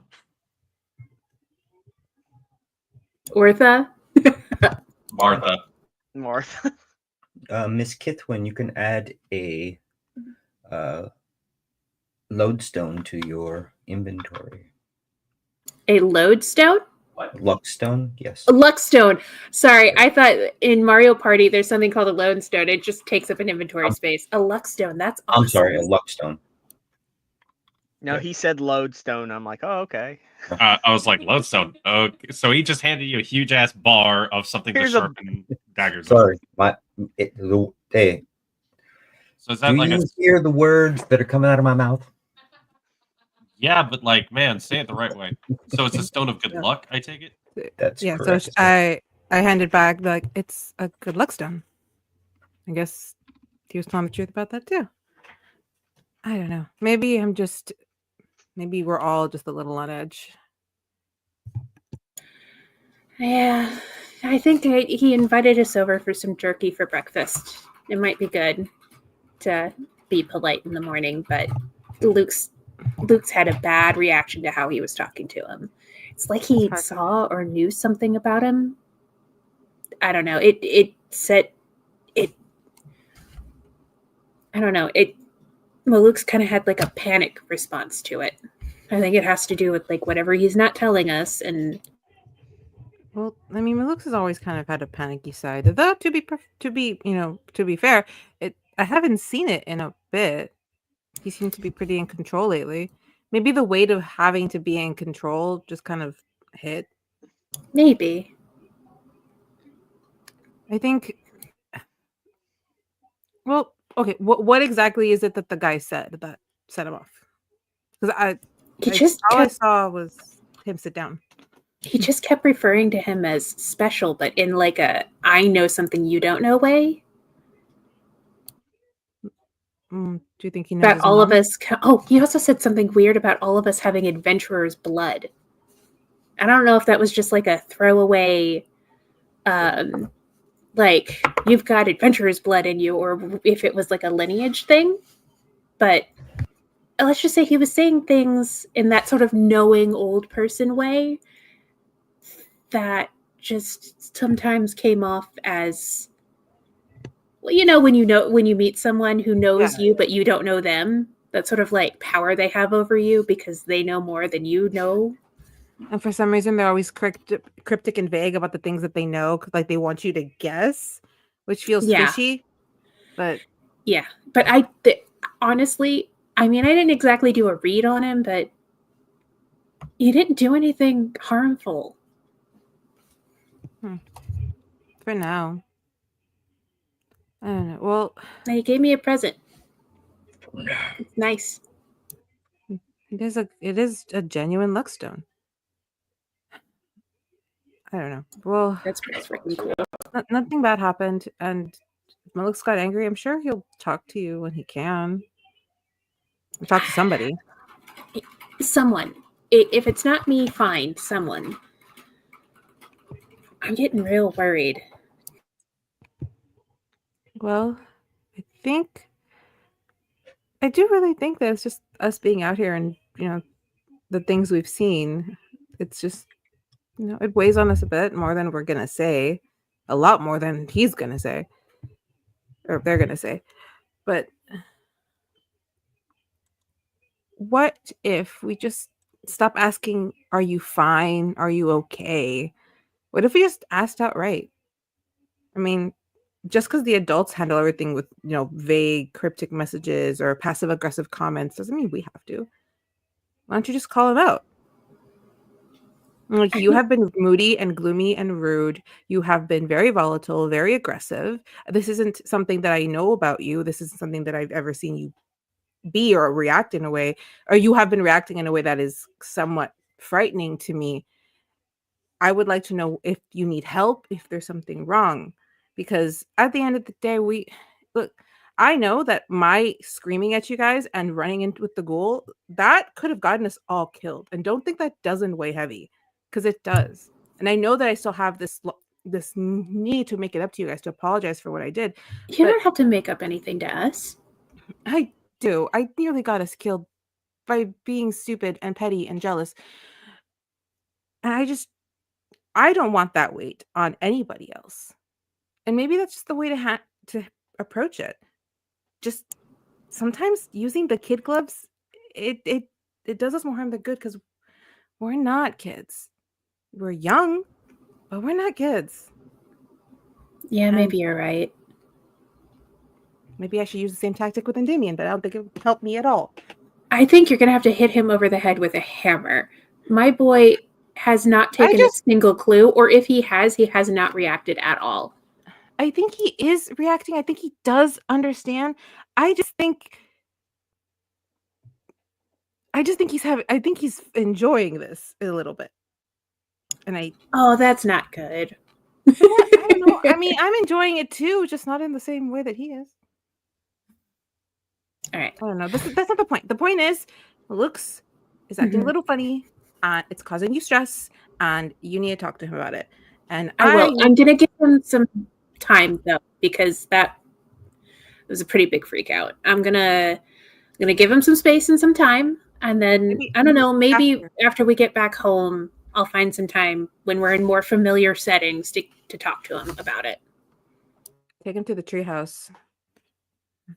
Yeah, we always were pretty safe in the treehouse.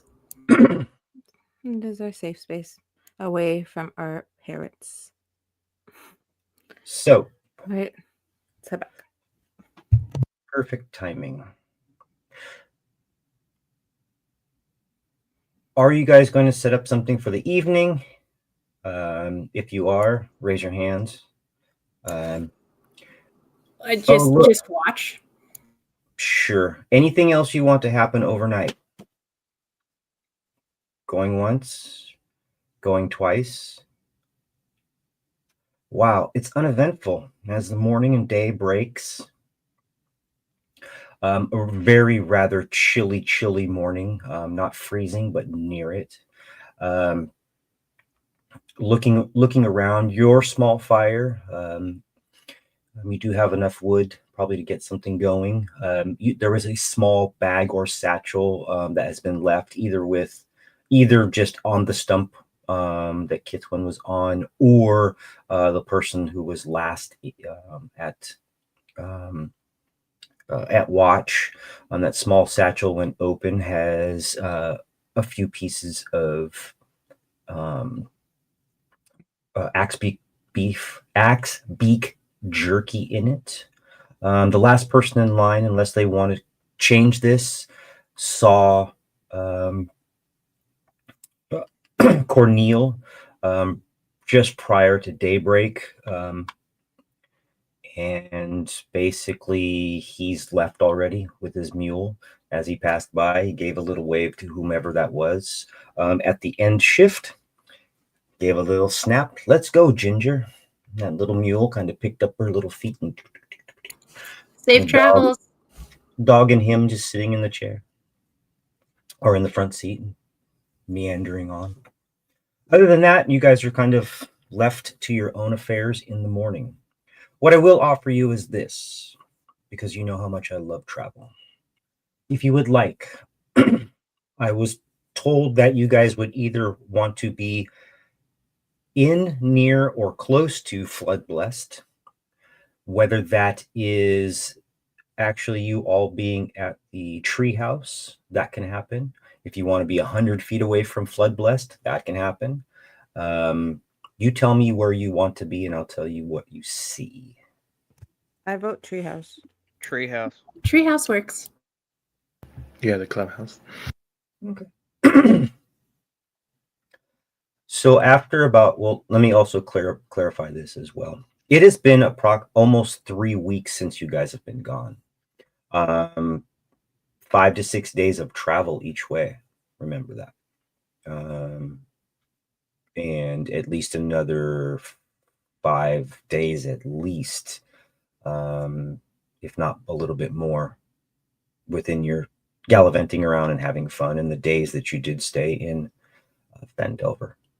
But you're somewhere near 3 weeks. It doesn't have to be perfect timing, but it's near 3 weeks.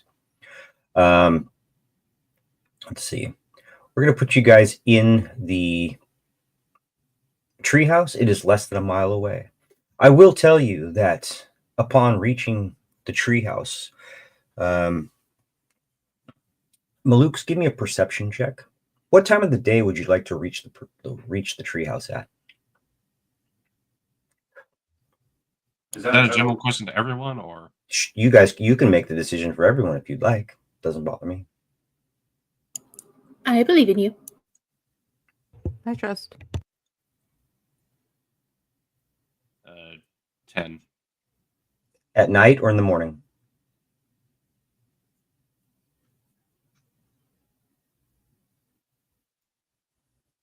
I guess everyone's looking to me to answer that. Morning? Okay, 10 a.m. it is. And then I need you to give me a perception check, sir.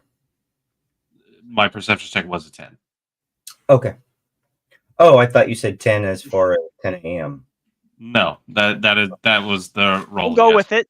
Okay. Just so you know, you break up, so sometimes I can barely hear what you're saying. Oh, that's weird. My bad. Yeah, I think my mic is not picking me up all that great right now. No problem. That's why I wanted to clarify. So it's a perception check of 10, which is a sufficient perception check. I'm sure that you guys are gazing around the area. In fact, I've got a few notes that says that you guys, as approaching, are going to be a little wary of what's going on. You're making this circuitous route around. But Maluk still with the 10. Off in the distance, you do see an individual that you recognize. It's kind of a burly individual, kind of this kind of well manicured big individual. You notice him herding a flock of sheep. Let's just make it sheep. It could have been Axbeak, but it's a flock of sheep. You know this individual's first name to be Brabble. But he is quite a distance away and did not see any of you. But you did notice that individual herding some sheep towards Floodblessed. If there's nothing else, you all safely arrive at the treehouse. It is in a little bit of disrepair. It looks like it's been gone through. Maybe some little trinkets and items that you had set out have either been knocked down or you can't locate them. It's not that this place has been ransacked. It just looks like it's been used. Do you think some kids have been through here? I wonder if our parents came looking for us here. I guess that's a possibility. Although I did write home to tell Dad to tell everybody's parents that we were fine. Yep. Yeah, but that was a couple weeks after we left. That's true. I mean, I'm pretty sure the morning of they found us gone. They probably weren't that happy about it. Not that I think anyone has proficiency in this. Could we do a survival to see if there's any footprints around the area? You don't really need to if you're going to specifically look around for it and spend enough I have time. proficiency. I mean, you can roll if you would like. I mean, it doesn't bother me. I'm going to tell you either way. But the dice roll and go click clack, and it makes the brain go burr. Yeah. So, and that was a natural 20 for a 25. Well, there you go. With that, what you find is smaller boot prints, some shoe prints, some flip-flop prints, some barefoot prints that seem to be humanoid, smaller than yours, maybe half the size. it definitely looks like some individuals have found this area. It's not like they've been making any improvements to it, but maybe just hanging out here every once in a while. That's really about it. I mean, that's nothing more, nothing less. New Well, generation. either our parents found this place and they're chilling here, or some kids found it and have been chilling here. I'll say probably kids. Yeah, I mean, seeing all the stupid stuff we've done here over the years, it's a good place to do dumb things. I think this was exactly the best kept secret, anyways. It's only been 10 days, so It's kind of heartwarming. Maybe in a few years they'll venture out like us. Roll new characters. We'll Fuck. die. So, Kinship babies. yes, Legacy. Kinship Babies, the trilogy, or the So this is where it gets difficult for you, not me, because here's where we're going to have each and every one of you do what each and every one of you want to do. This is a staging point.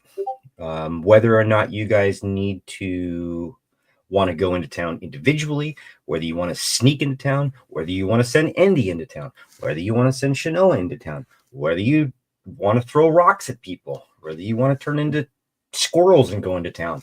You make up those decisions. You are less than a mile away from town.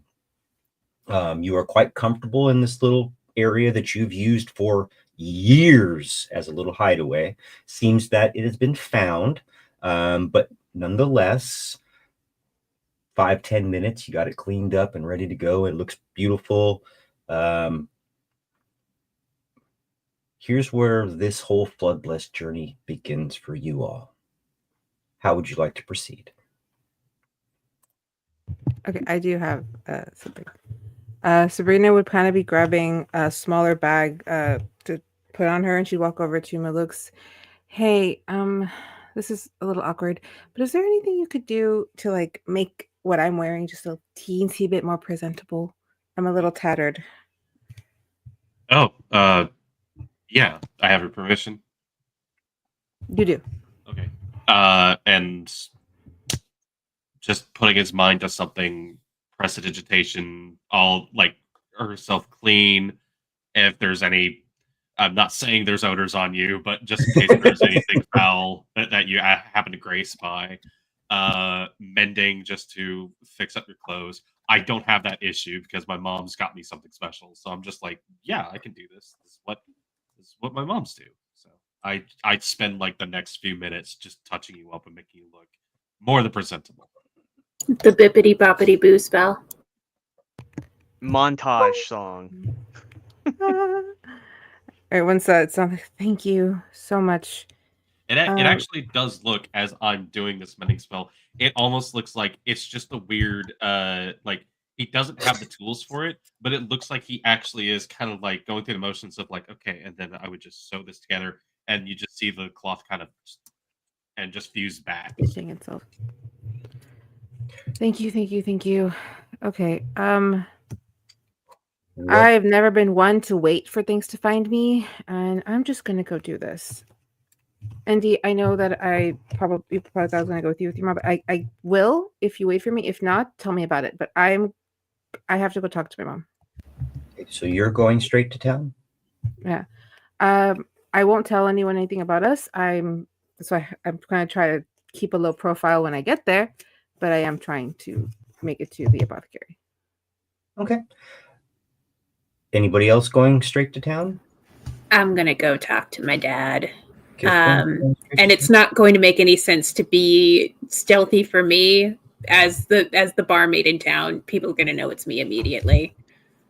So I just give Brina a few minutes as she goes out, and then I will follow soon after, just so that there's some space, so I'm not throwing off her stealth groove. Okay. It's not really stealth. Stealth is just that like people don't approach Sabrina because she's always been abrasive. Not a problem. Resting bitch face. Anybody else? I am. I'm going to home, I guess. And Demian is going. What's 1, 2, 3, 4, 5? 1, 2, 3, 4, 5. And I'm guessing we're all gonna make plans to meet back at the treehouse, or should we meet at the bar?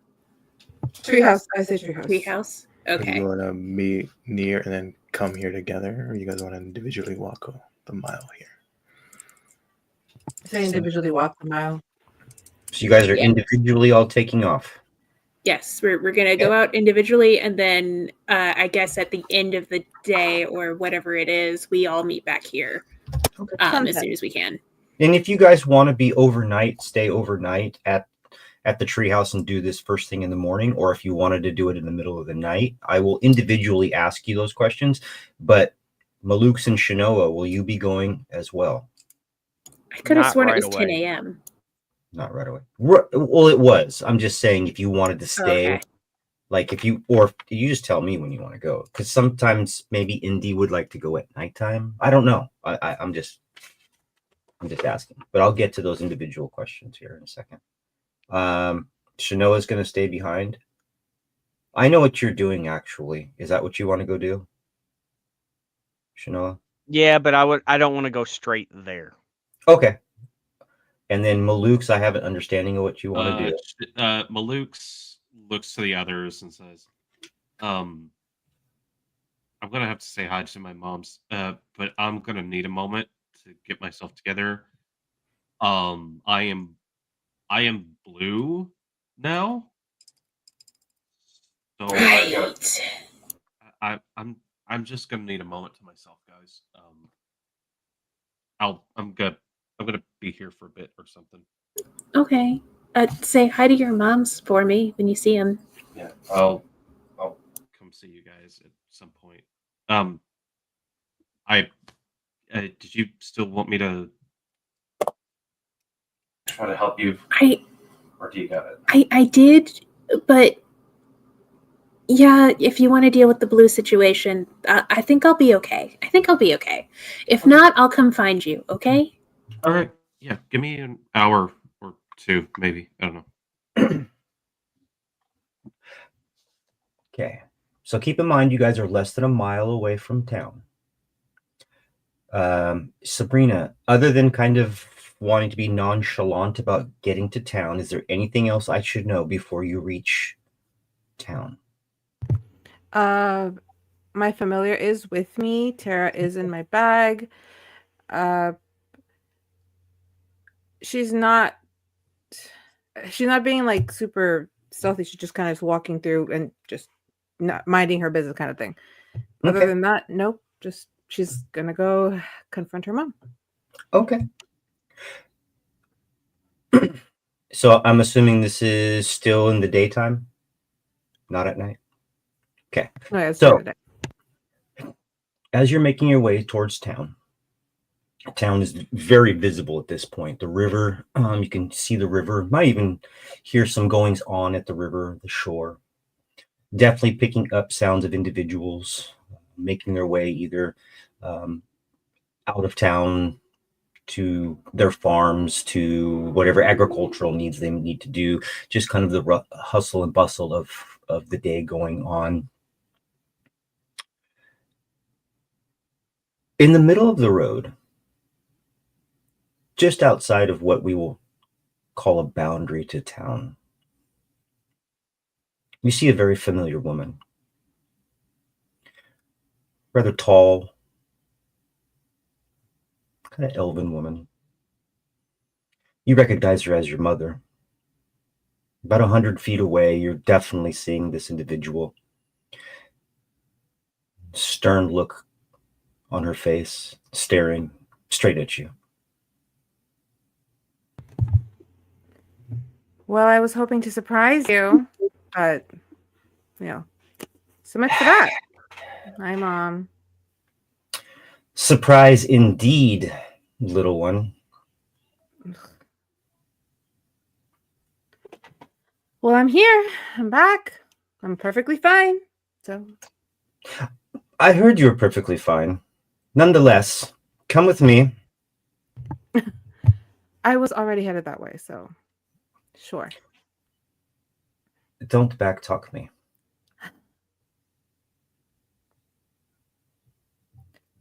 As you guys make your way into town, Okay. Few rows, few streets into the apothecary. Leads you into the apothecary, seats you down at the small table that you guys usually sit at for a breakfast or a small meal. Sullen teenager pose. Makes you a small cup of tea as well as her tea. Well, first of all, how are you? Well, and alive. Well, I can see that you're alive. What's with the attitude? You're the one who ran away. I ran away because you have never let me go. I'm only trying to protect you, like a mother should. There's some bad things out there, Sabrina. Yeah, I know. I saw a lot of them. Well, I'm hoping that you got it out of your system. If anything, I am even more incentivized to go back out there. It's not as bad as you think. It's not as bad as I think. Well, like I said, I'm back, I'm alive, and so is everybody else. So clearly everything went okay. Well, I do have to say that I'm a little disappointed in you. Understandable. I did sneak out. And you did take a few things that weren't yours either. Would you have preferred for me to take nothing and put myself in even more danger? First things first. Yes. I would have preferred you to be honest with me. That's all I've ever asked you. I understand that I can be, let's just say, in your terms, a little over the top. But I'm only trying to be protective. Overbearing. Overbearing. That's perfectly fine. If that's how you feel about me, as a young lady, as a woman of adventure now, you can go out and make your way in the world. I will still be your mother. I will still try to protect you. That's my job, and that's my duty. You're right. You are my mother, and you are just trying to protect me. But I am also your daughter. And some of you did rub off. Oh. And sometimes I need to go and do stuff, learn, figure things out, away from just you teaching me. I have discovered things that I didn't know I could do. I can turn into animals. Well, of course you can. Well, I didn't know I could do that before. Look, we're going to have to come to some agreement. Sip your tea. I'm not thirsty for tea. I am, however, thirsty for answers. Well, I say first and foremost a lot, don't I? Mm-hmm. Let's just say that our agreement going forward is that we will be honest to each other. Sounds You understand you're the perfectly only thing I have in the world, correct? Yes, Mom, I know that. Yeah. I just want you to be safe. And I was safe most of the time. Well, I've heard that your little group of friends have been making waves in Fandelvern. We got the letter from Kithwin. We received it well. Put us at ease. We had been wondering what happened to you all. I mean, for you, look, we did expect or suspect that you all took off with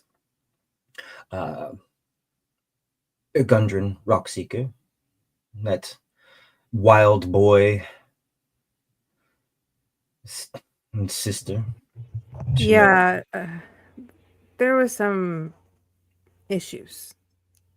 And some people decided that they need to go handle their issues. As for Gundren, yeah, we ran into him a couple times. He's not my favorite person. Well, the Rock Seekers are a little Well, they're just a tough pill to swallow, no, aren't they? Let's just cut to the chase. Since you are a young woman, I guess I could speak to you a little bit differently. I'm going to protect you no matter what. But I I understand know. you have some questions. I do. And there are more questions about something we discovered while we were out there, or rather, two separate somethings. But the first one is, what does that necklace mean? This old thing? Yeah. No, it's a necklace that I've had for many generations.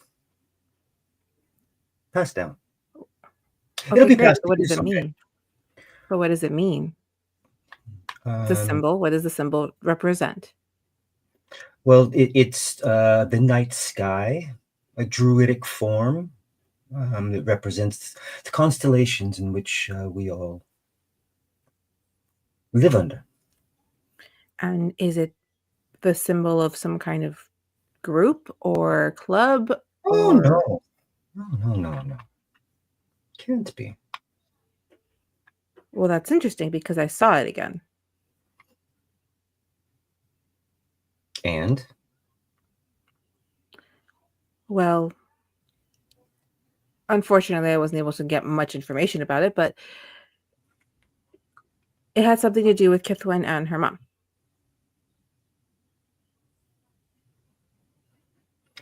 At that particular point in time when you mentioned that, I want you to make an intelligence saving throw for me.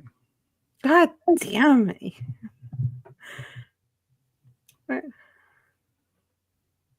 Oh, God.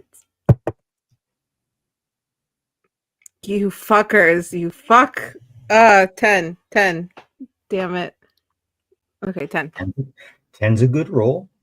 Okay.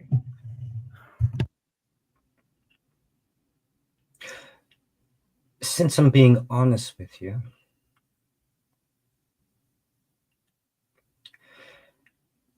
it just happens to be,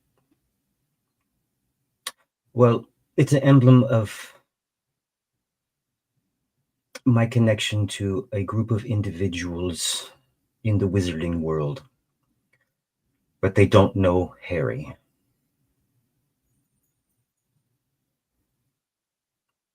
The wizarding world. So just like your school or where you learned your craft? Well, the Many-Starred Cloak are a group of individuals that have protected Neverwinter and its assets for some time. They continue to do the same thing. Wait, did you say the Many-Starred Cloak? Yes. Why have I heard that? Unfortunately, the majority of us were scattered. I was able to meet up with a few other individuals, saw them, including Kithwen's mother. And Floodbless is the greatest location for us at this particular time. Okay, why is Floodbless the perfect location for you? Or for us? Who's us? Like, are there more of this cloak people around here?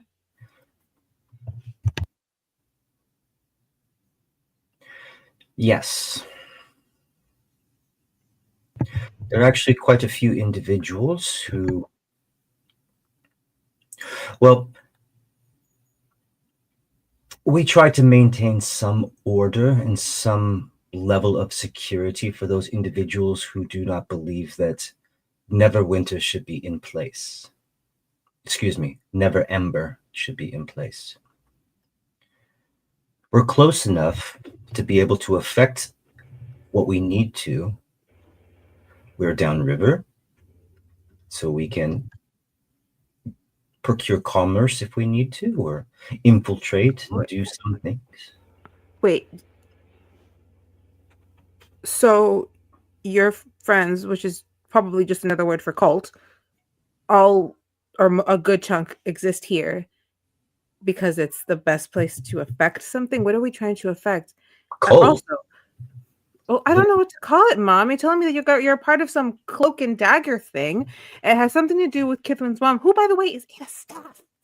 So why would you have anything to do about that? So yes, and we heard the word cult on our way over here. So I'm sorry, I have the word on my brain, and I'm scared. What are you trying to tell me? Is Phobos like some kind of conspiracy, or what's happening? Oh, it's a base of operations for those who believe that Never Ember should not be in power. As simple as that. There are many individuals throughout the region, throughout the entire continent, that believe that there is somebody out there that can take the throne. But they've been looking for individuals that are, well, hopefully somebody can come to the aid of Neverwinter at some point in time.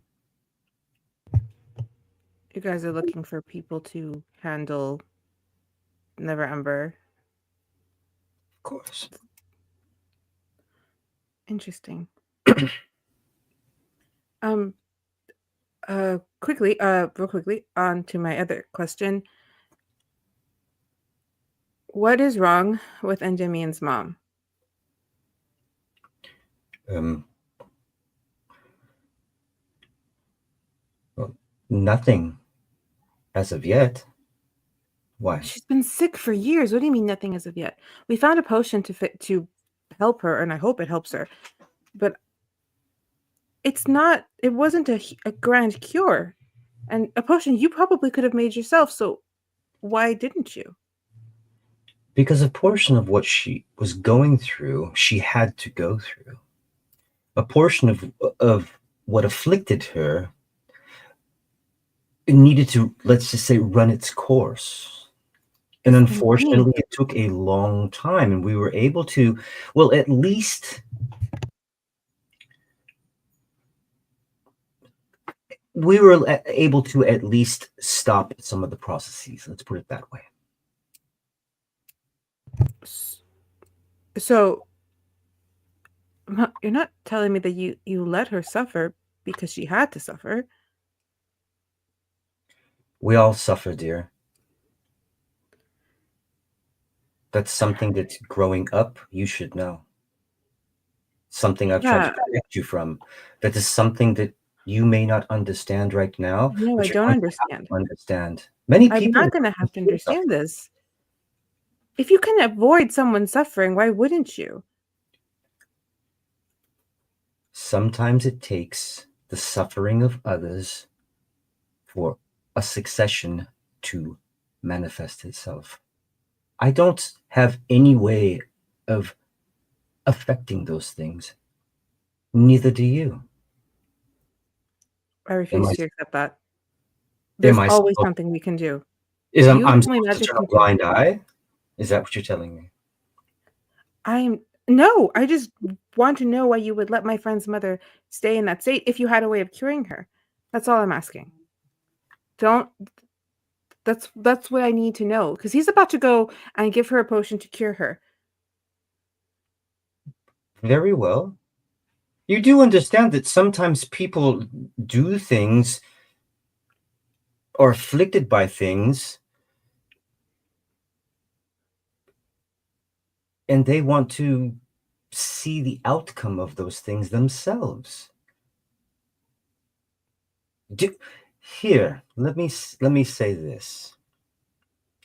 Is there not pain when you get a tattoo? Have you not heard that? Yes, I know that because I have a secret tattoo anywhere. Is that not suffering? I mean, yeah, but that's voluntary, and it lasts a couple minutes. It doesn't last decades. Well, we were able to secure something that made it so that it did not last for centuries. But if it was a person's own free will to take on a suffering for a greater purpose, would you not let them? No, but that's me. And clearly that's not you. So I'm not going to judge you for your choices, but I want I don't know what I want. I just don't know how to sit here right now, Mom. I came back because I wanted answers, and I knew that my friend needed answers too. But you just told me that our town is run by some base of, or like some base of operations or something, and that is brand new information that I feel you could have shared with me long ago. Maybe I could have helped. Maybe I'm smart enough to have helped in this search, but now I just feel lied to and betrayed, and I don't want to sit here right now. I want to walk away, walk out, and come back later. Is that allowed? You have free will. You are a young woman. If you choose to walk out now, you choose to walk out now. Then I'm choosing to walk out now. Goodbye. And she just gets up and leaves. Okay. As soon as you walk out the door, Mm-hmm. what best can be described as what is, oh my God, you get this kind of a minty overwhelmingly spearminty you smell it, you can taste it, you can feel it. It's like that hot and cold Bengay being spread all over your body at once as soon as you exit the door. What I will tell you is that once you exit the door, the information that you just received from your mother, all of that information is intact.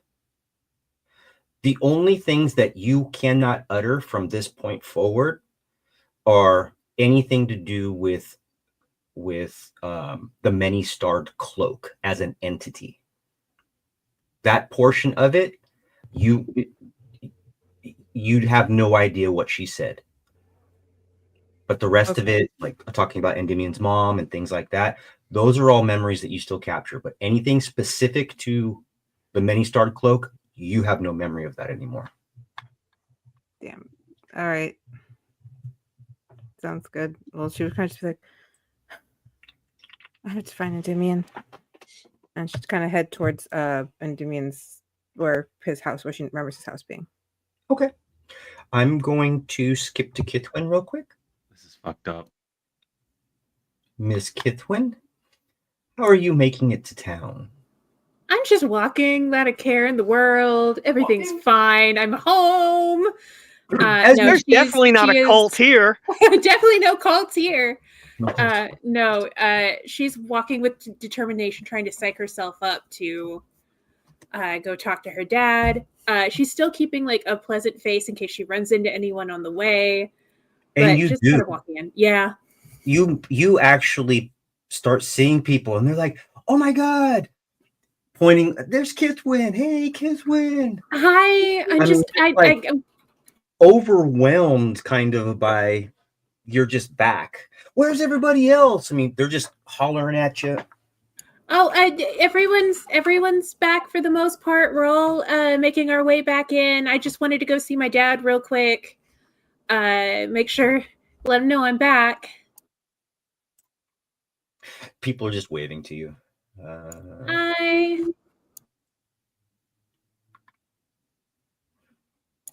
Yeah, she tries not to get too distracted, just makes a beeline for the tavern. If it's around like 10, 11 o'clock, she knows it's right before the lunch rush, so she'll be able to catch her dad in a quiet moment, hopefully. Okay. Hold on one second, because I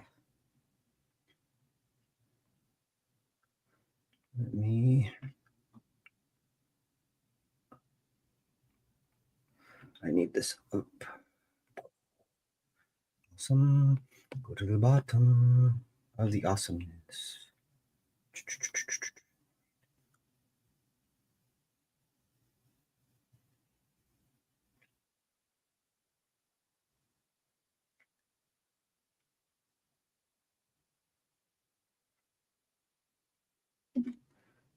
All right, let me open this up real quick because it was open before.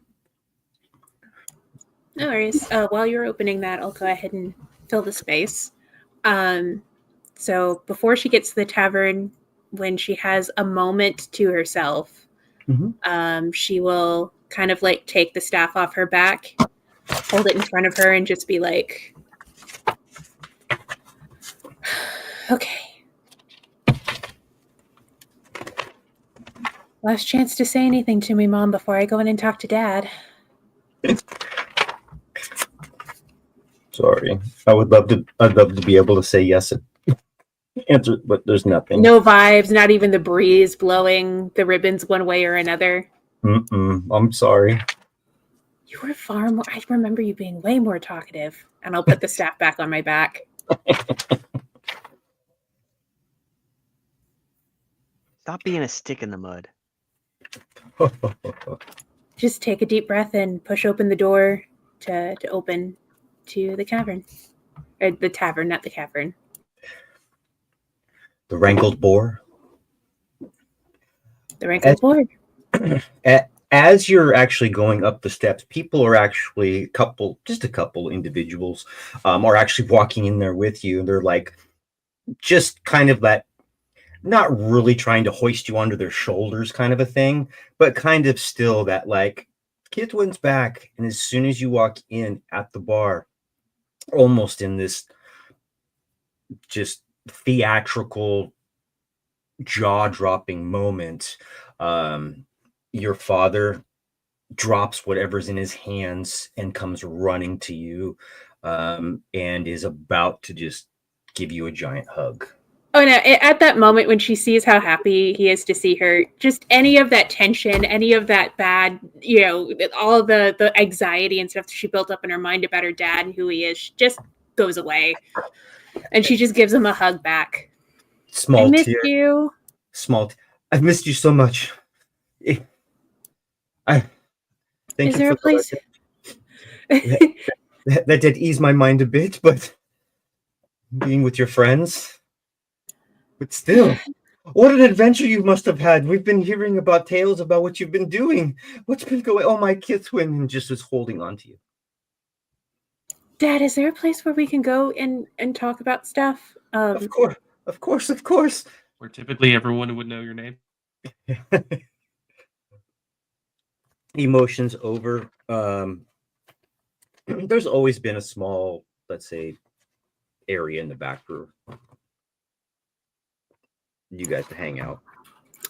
She goes, once we're in that area, if there's like a door, she like checks it 3 times, shuts it. Okay. And turns. I really am happy to see you, and we have a lot to talk about. I saw Grandma. What do you mean? I mean, like, I kind of almost died. I went to the astral plane and I had a chat with my grandmother and my mom. Oh. Go on. And I don't know if you've noticed the little doodle I put on the letter I wrote home, but they told me some things about you. And can I just verify with you? Grandma said Mom's in my staff. And she also said my mom died out on an adventure, but I definitely have memories of her being sick for a long time. Care to fill in? I'd rather hear things from you than from the grandma I only knew when I was a toddler. Oh. What an adventure it's been for you then, my dear. Oh, that's a small bit of a very big adventure, but it's a very important bit. And before I say anything else, I need to know, are you a harper?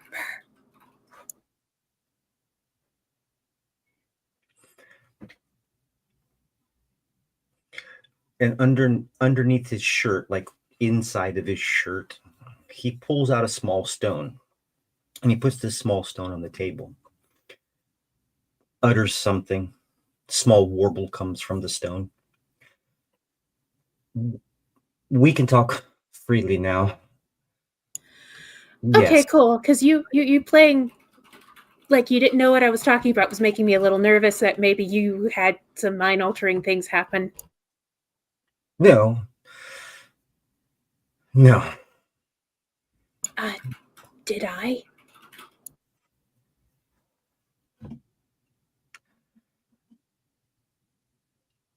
I won't be angry. I'm sure you had a good reason, but I need to know. We just wish that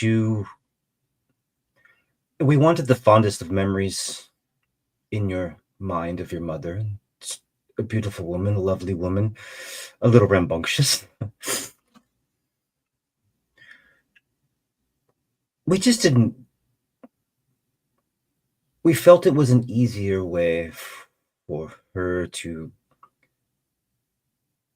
For you to have a memory of her passing on, although in hindsight it may have been a little harsh, but A little harsh. I have horrific memories of watching her waste away and begging the gods for help with no answer. You had to think that maybe that might have a little say in what my personality was going to be like, right?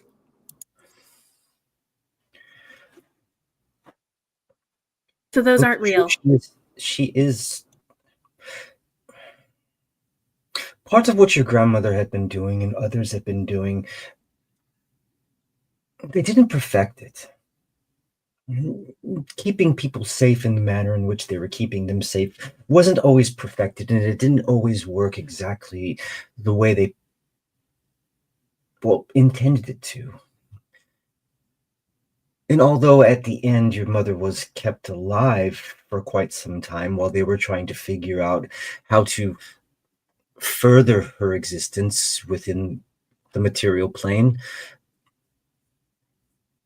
it just got to a point that her suffering was even too much for me to bear.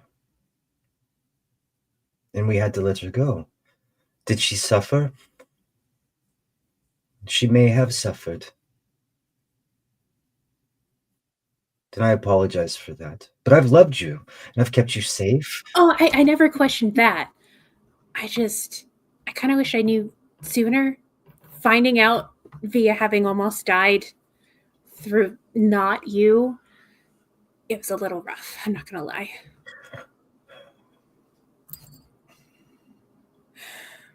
But I guess I get it. You made the decisions you thought were best.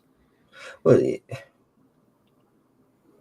it's not like I can seek counsel, and to be honest, I haven't found anybody that's enchanted me the way your mother had, and talking to my fellow friends,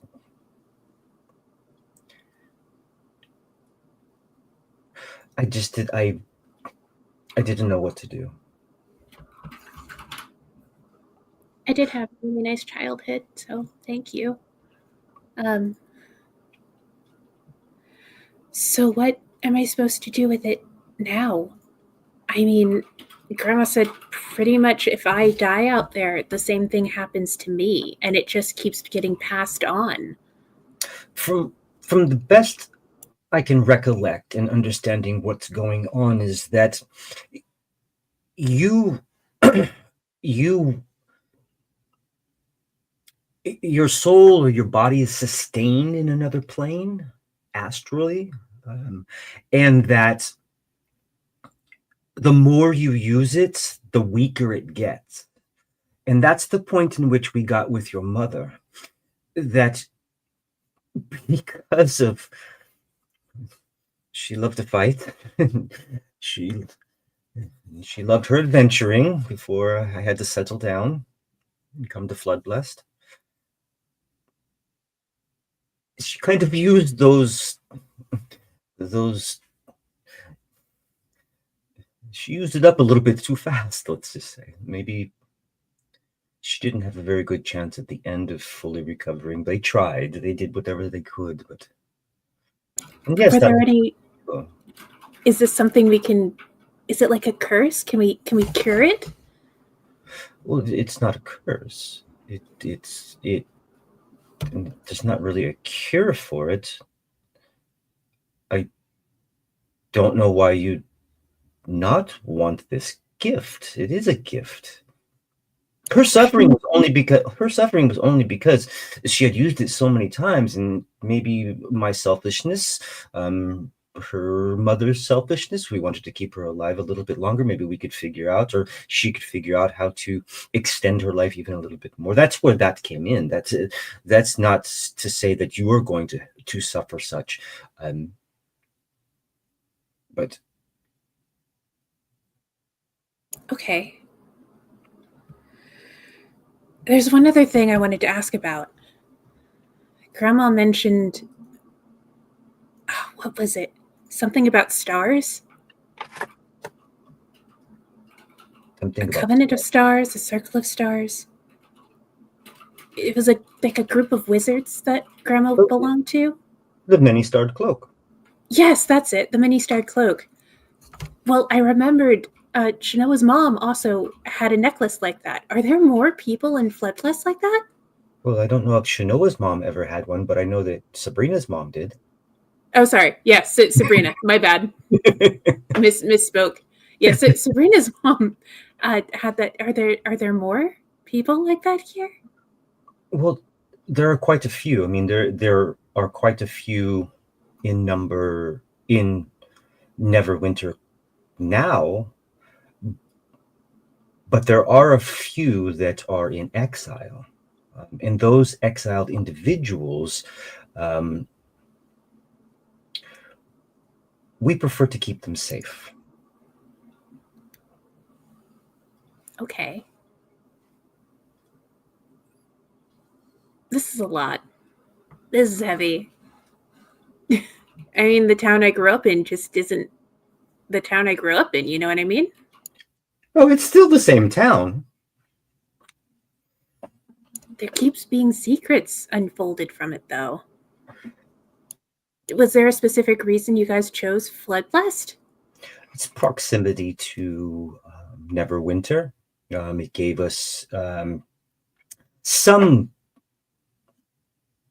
I know for the individuals that I help and work with, it gave us the ability to travel in disguise to Neverwinter. Not really in disguise, but as farmers, being able to go to and sell our goods and wares, utilizing the river or utilizing oxen or horse and cart, and freely move as an agricultural community within Neverwinter without really being noticed or anybody having prying eyes or anything like that. And then we've been successful so far. But again, it allows us to travel. Are you still active? You know, with. Yeah? Most definitely. Is that why our bard friend hangs out here so much? Yes and no. There's a few people that come in, but I know that she's an individual that likes to put facts to fairy tale. I know there was a lot of things that she was trying to figure out, but she is a very knowledgeable individual that we use on occasion, especially to verify information. Okay. Well, thank you for telling me and verifying. I was out there spinning my wheels, really. Well, it seems you and your band of flood-blessed children, it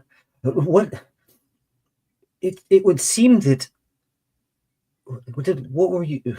I had a traveler had mentioned you're called Destiny's Child. Who are? Wait.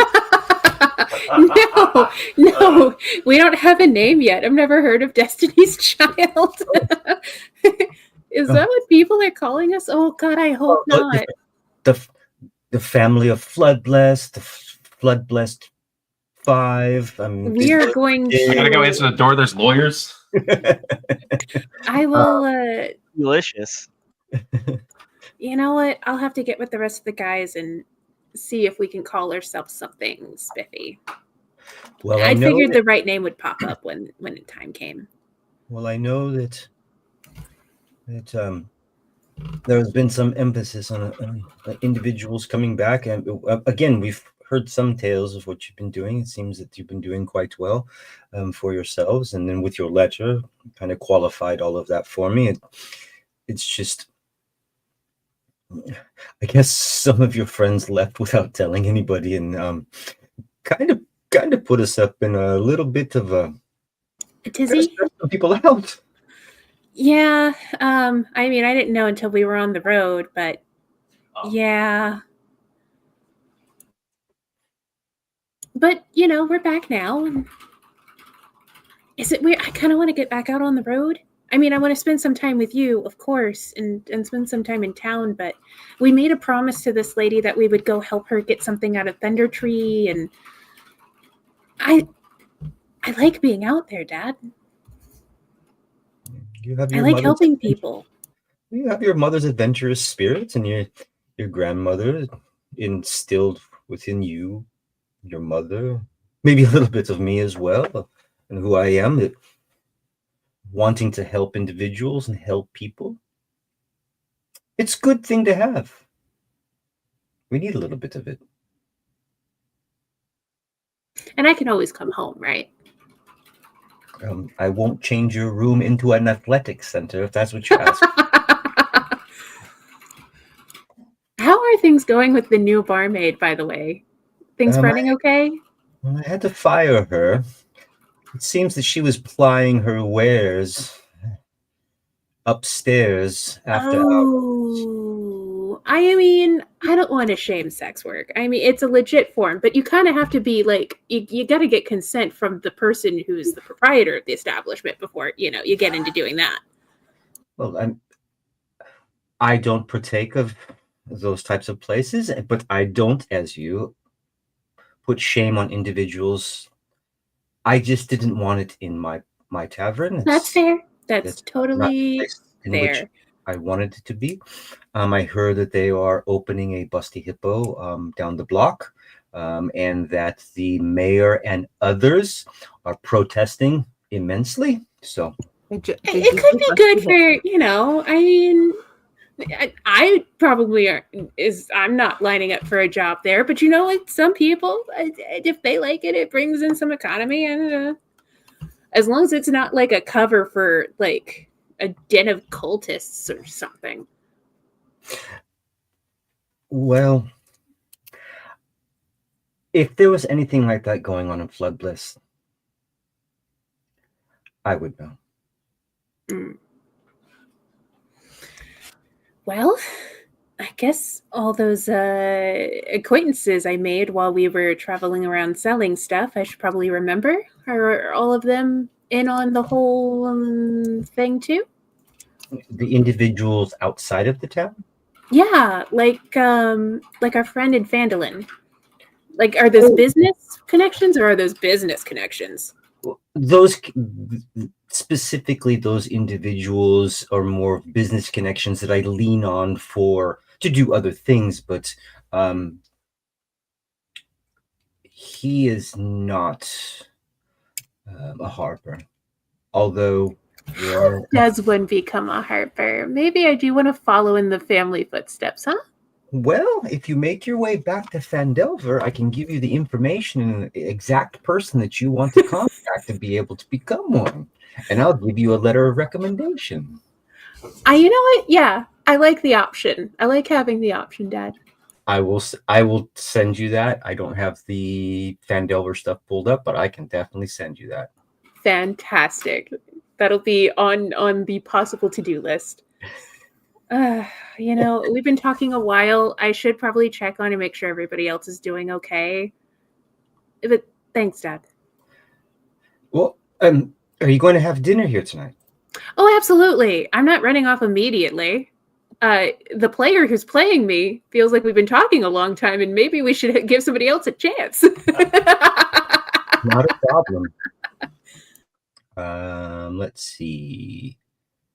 I want to do that. Okay, I'm just pulling this up real quick.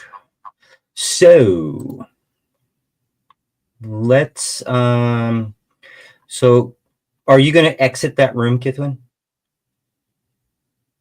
I mean, yeah, I guess she would hang out for a bit and then exit. Okay.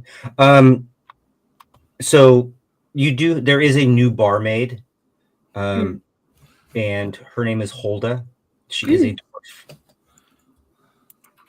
Oh, cool. Hi. I thought you were about to make me do an intelligence saving throw. No, I was about to say I have a +1 to ability checks and Nope. saving throws now. not this one. This was just Your dad this was likes just you. this was just a dome. I have a good parent. Damn.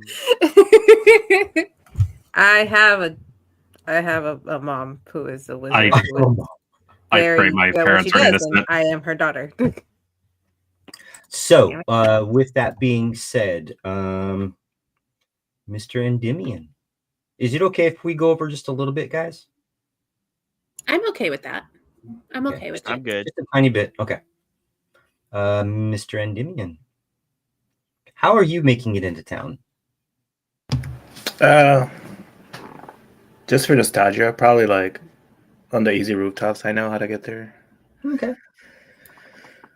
Now that I'm slightly better, I guess. Just oh man, sneakily making my way home. Okay. Oh man. So this is a second-story abode. I believe that's what we had established. Correct? Yeah, I think so. Okay. Taking my way downtown. Faces pass. What you doing hearing Oh, at your residence? Well, this is a little bit unusual, but I'll be taking the front entrance, and I'll just predestination like it's just a key to get in. Yeah. You have a key to get in. And I'll just head to where my mom usually is. Okay. What time of the day is this again? I'm sorry. It is. It's about midday. Is it past? Maybe? Well, I was just wondering if he wanted to go at a different time. That's true. Than you guys. Yeah, I would have probably gone later for sure. Okay. I just want to get your thingy. Just nice So sunsetting. it's later. Okay. Just want to make sure. So as you open the door to your house, familiar smells permeate the room. Sitting in the corner is a familiar face, cruising over some sort of article in a magazine or a book. Looks down. It's been a long time. Maybe a little too long. Where you been, boy? Well, the first part was the job we took from Gundren. And after that, stuff kind of got crazy. So it took us longer to get back than what we wanted. For some, at least.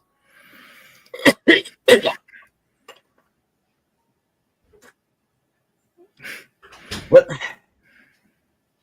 Been waiting. Been taking care of myself since you've been gone. Did Will stop by? Because he said he was going to check on you, but I've had a few visitors. okay. A few visitors other than Will? Oh, right. Probably Sabrina's mom or something. Well, she stopped by on occasion. Sent me some tea and some herbal remedy for my runs.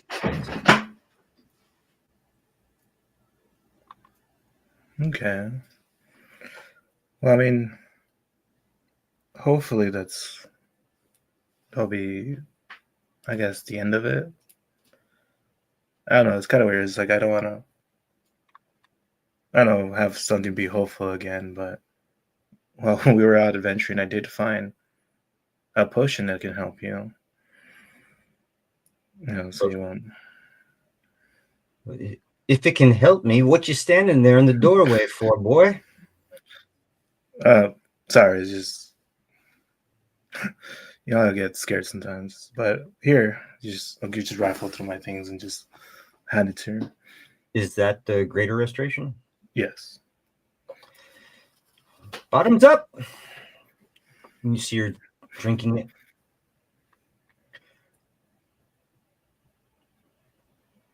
Kind of looking at you.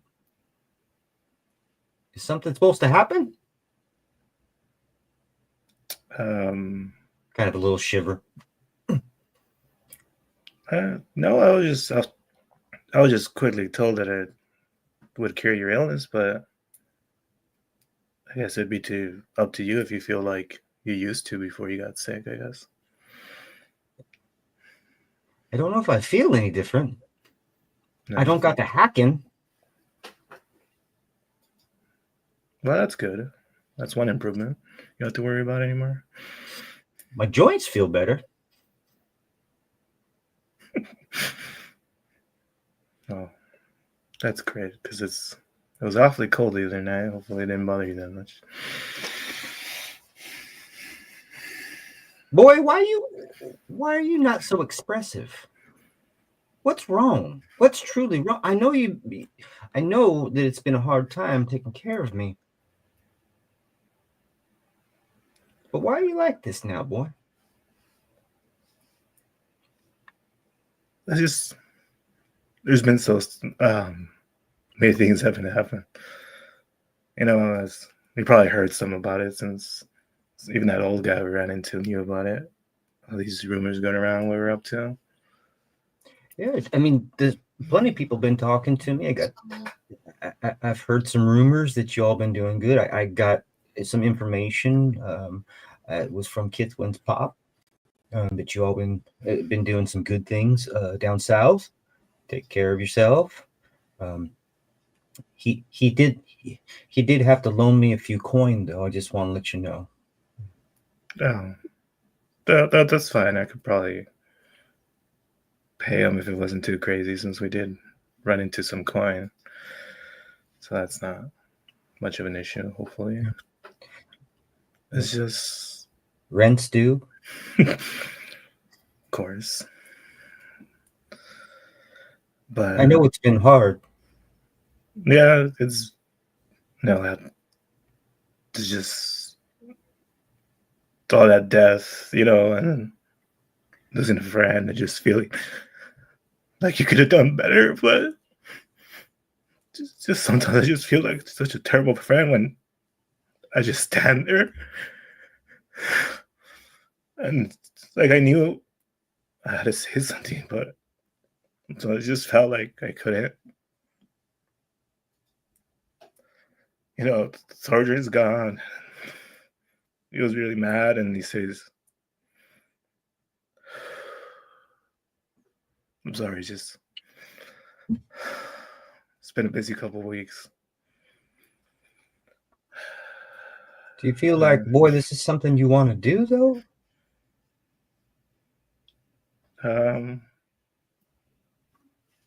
Of course, I'm not, well, that's kind of why I also feel bad, because I don't feel bad taking the people's lives that I took. And if it were to happen again, like, I don't know, it sounds messed up saying that to a certain point, I didn't care about some of the stuff I did. But I do love spending time with my friends, though. Of course you should, but boy, death isn't easy. Whether you're sticking up for yourself, you're sticking up for your friends, sometimes death comes accidental.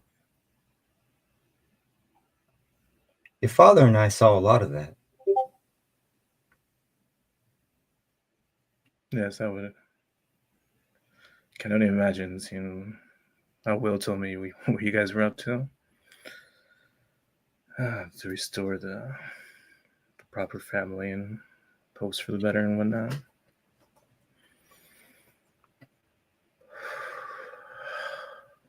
Well, Sabrina's mom's giving me some medicine to kind of stabilize what's going on. Hopefully, this what you gave me is going to help. Also, I'll be able to get back on my feet, make a little coin of my own. Maybe we could finally move a little, to a little bit of a nicer place if we could. I'll talk to Will and see what he's got. Yeah, I mean, he usually tends to have good leads. Plus, I do have a good amount of coin with me right now. If you want to hold on to that part, because I still haven't picked up my split, but I can definitely keep it safe. Okay, then I'll just hand her my 70. I'll give her 50 for now. Okay. Just 50 gold coins. I think that should be good for something better than this place. Oh no.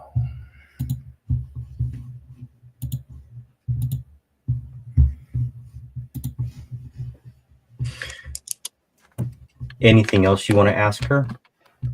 Any specific?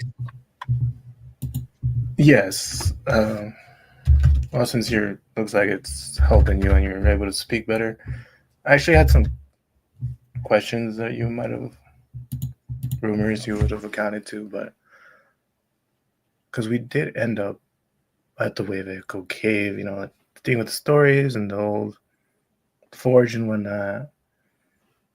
And there's some bad people we ran into there. Some glass staff guy and some spider dude who ended up hanging from the ceiling dead, which was kind of a sight to see. But was there anything during your guys' resistance that you guys have heard of? Something to do with a crown killing somebody, some kind of bloodline thing? I don't know. No, it's very well known that there's a Neverwinter crown. It's supposedly the individual that is the rightful heir. Once they don that they'll be able to take proper possession of the throne and all it comes with, all its amenities. But that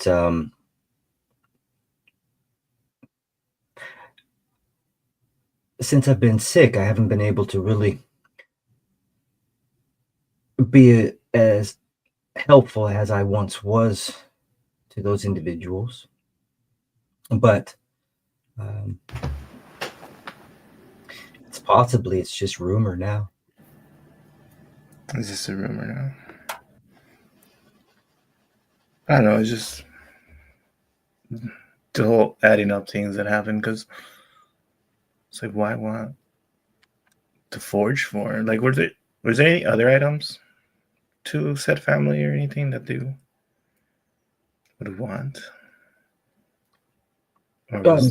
As far as I know, there was some armor and a shield or something like that. Okay.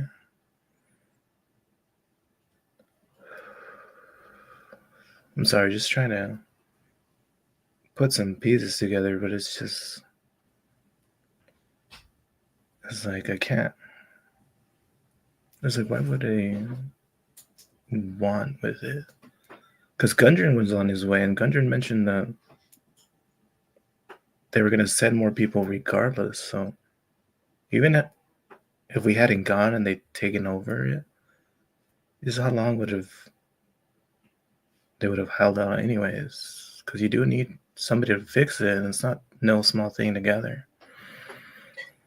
Well, I'll be 100% honest with you. I really don't know anything about any of that. I don't know. No, maybe I can find out for you, but I don't know anybody named Spider or Glassstaff or those types. I heard you guys were we're helping some folk out up in Fandolin and doing some great deeds, and you were okay. Everybody was still alive. But I don't think that has anything to do with what's going on in Neverwinter. I mean, maybe it does, but I don't have any recollection of it being.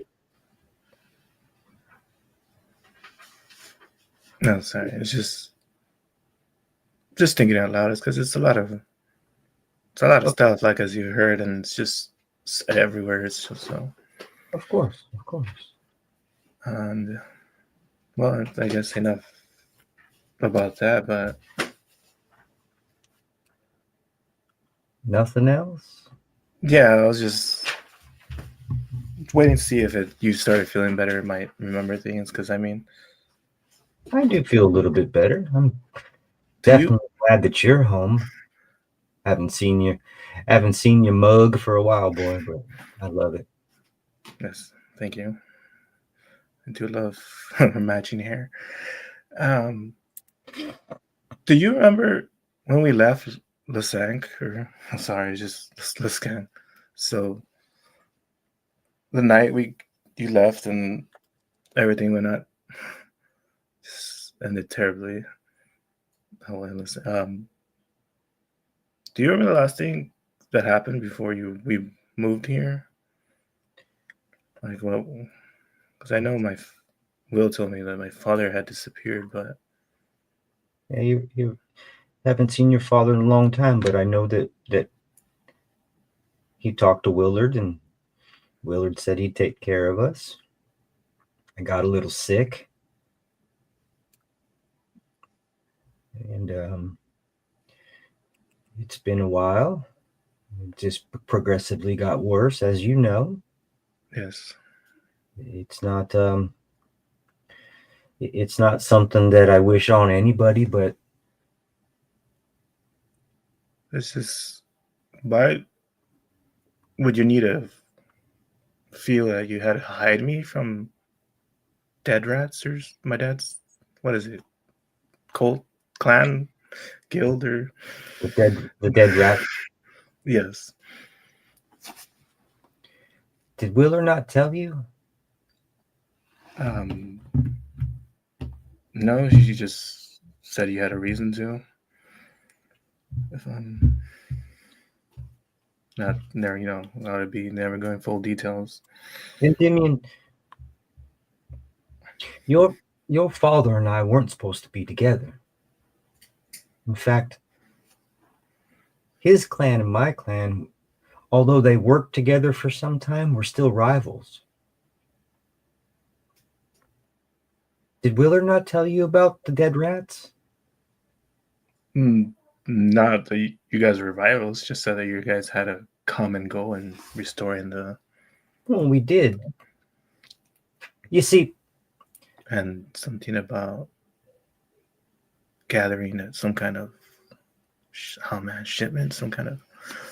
we used to sneak in. We used to sneak in equipment and shipment and men. Yes. Fight. They still actually do, but we do it from here now. I'm a member of the Coin Spinners, Thieves Guild. Your father was a member of the Dead Rats Thieves Guild. But I didn't really know. I was kind of young. I didn't really know what that entailed. See, your father. Well, your father's got a little bit of that lycanthropy going on.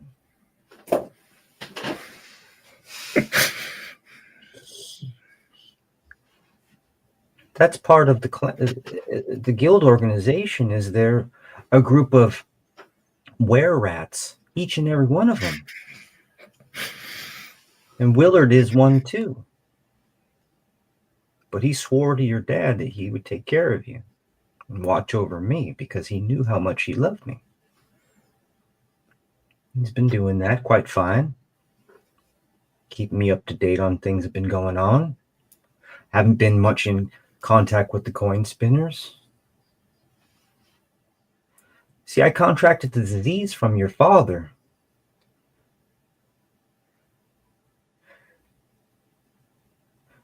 Boy, I'm not a lycanthrope.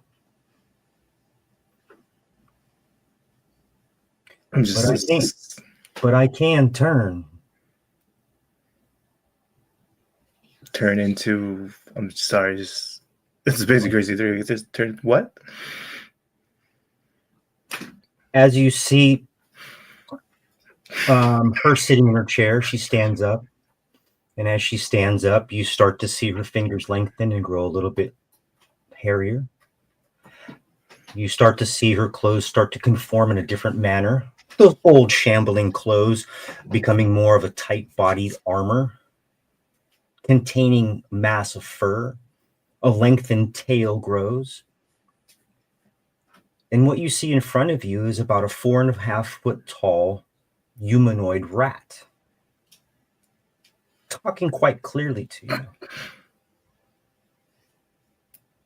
You see, I could control it, but it took a long time for us to figure it out. And that's what made me sick, was all the different things that they were doing and giving me. And we kind of tempered it. But don't you worry, you're not one. Oh. Dang it, I wanted to be. Okay. It's kind of... I have a little bit more control over my form.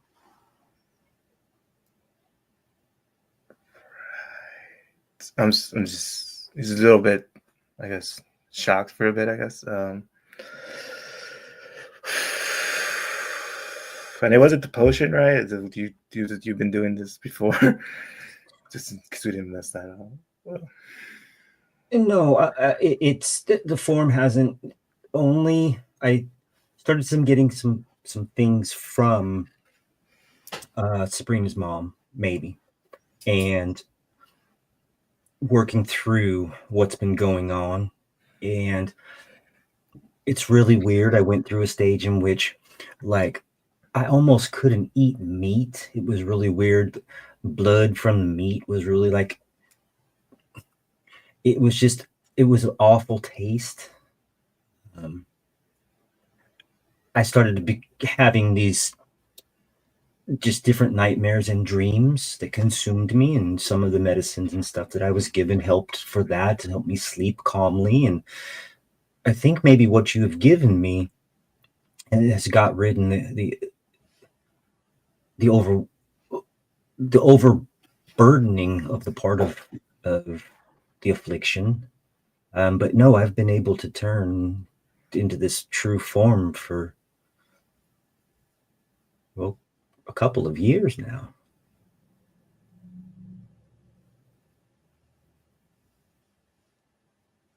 Okay,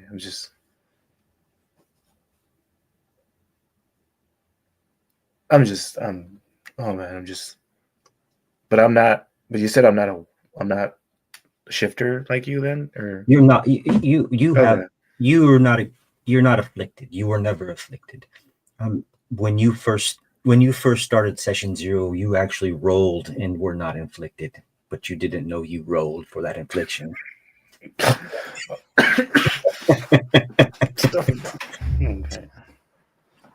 Well, I guess sometimes it skips somebody, like baldness, I guess. Well, I don't wish it on anybody. It was the most horrific thing I ever went through. Okay. The night that I first transformed, well, let's just say that Sabrina's mom had to cast a spell that didn't allow my voice to echo throughout the region. It was so loud. It was a painful ordeal. Yeah, I mean, just so it doesn't hurt, because it didn't look like quite comfortable when you shifted. That's the word. Not anymore. No, not anymore. Okay. It took a little bit to get used to. I couldn't control it for a time being.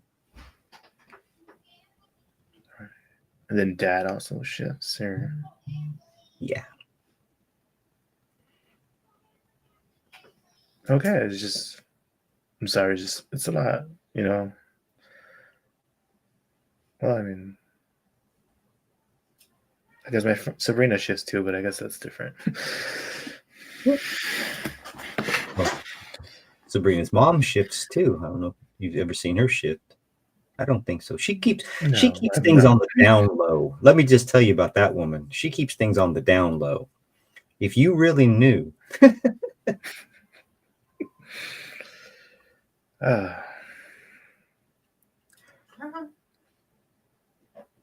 man,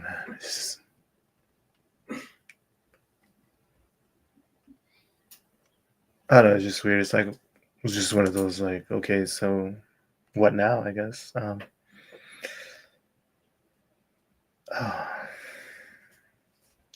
you gonna go back to the spinners, or are you gonna work like here, as you mentioned there was more people?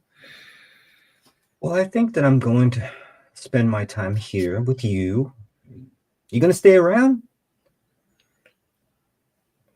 For a bit, but I don't know how long we're gonna stay for because we didn't really talk about it much. Young man like you should probably get out and do things. Yeah. Boy, you always been a little bit rambunctious. I don't expect you to stay around here, but I do expect you to come back and help me out a little bit and Of course, I was have dinner with me every once in a while. Just let me Maybe. know that you're okay. I think you can take care of yourself more than honestly than what you feel you can. I've seen it in you. If you're anything like your pa, look, that boy would get in trouble all the time when we were together. But what I'm telling you is when it push come to shove, he was a fierce fighter. And maybe that's going to rub off on you a little bit, but don't be afraid of it. Worst thing you could do is live your life with regret, especially the regret born from inaction and watching others die. That would be the worst form of regret. Boy, you got it in you. I know you do, even if you had a third of what your pa had. And plus, you got a good group of friends. They are the best.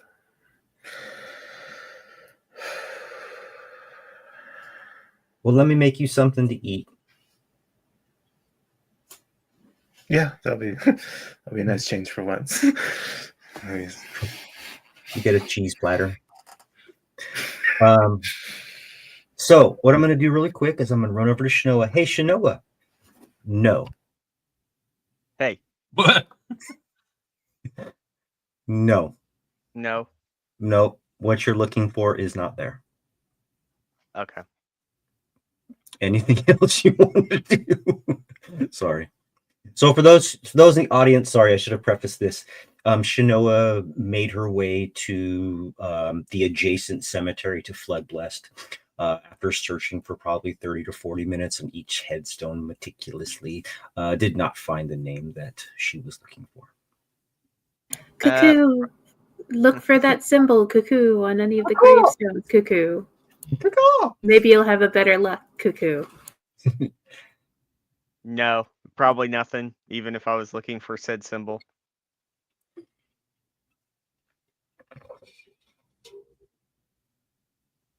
Probably after searching, she would make her way towards the forge to see if her father was there.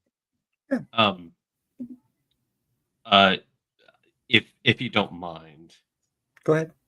before Shanoa had left the treehouse, myself and her kind of awkwardly hung out for a bit. Before she leaves, I do look towards her and I go, "Hey, Shanoa, I'm sorry the adventure didn't shake out totally great way. We're all alive.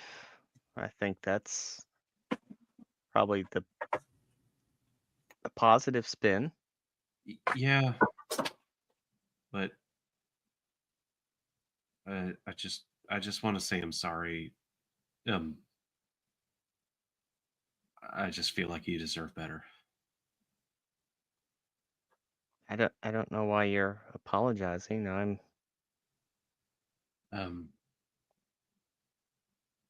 Yeah, don't worry about it. Hey, I know there's probably lots. There's not a probably. There's lots of things running through your head. I won't tiptoe around the situation. If you want to talk about it, you can. If you don't want to talk about it, don't. We're all kind of trying to find ourselves. I think me and you are sort of in that same boat. We have family, but we consider them family, but it's not blood family. And it just makes things complicated. Yeah. While the rest of them have their blood, we really don't have our blood. We have well, not saying that our families don't care about us, but it's a different kind of care. Not knowing where we came from. Hopefully we both find the answers we're looking for. Hopefully it's what we're looking for. Maybe we don't need to find what it is. Maybe there's a reason why we don't know. But there's that morbid curiosity that I want to know. Right. And like I said, you just deserve better.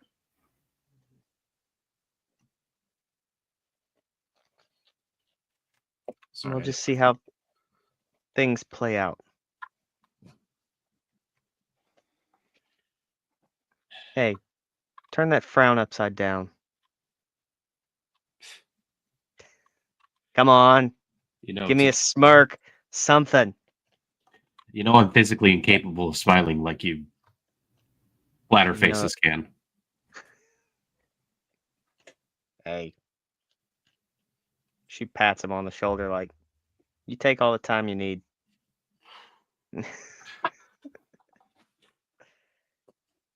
Reminder, I am the tallest in the party. Yeah. Look, I'm used to hanging around all the short people. You're the tallest one. Yeah. I mean, Andy comes up to like my shoulder, but well, maybe a little. I don't know. My vantage point is weird. You just take all the time you need. Yeah. I'm here.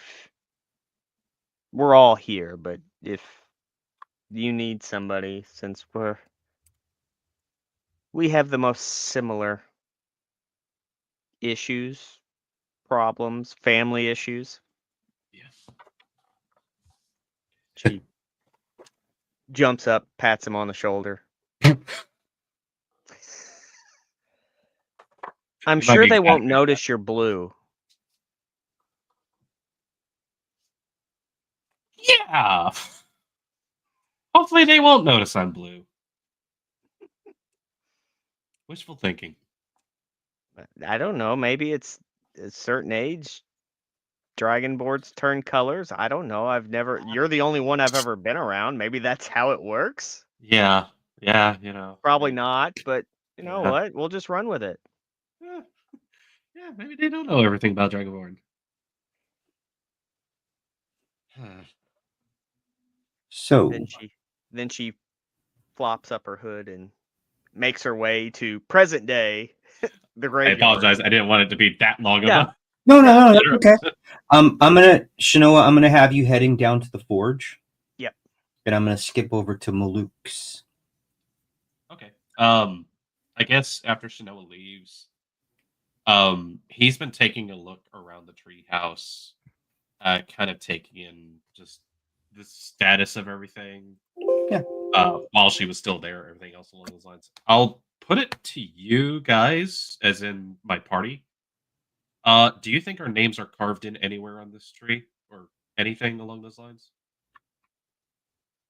I think we probably did. Yeah. Kids do that. We probably all carved our names in. Okay. After a bit, once Shanoa has left, I hear her disappearing. I head over to the tree, find that carving, and trace my fingers over the name that someone else had carved in for me.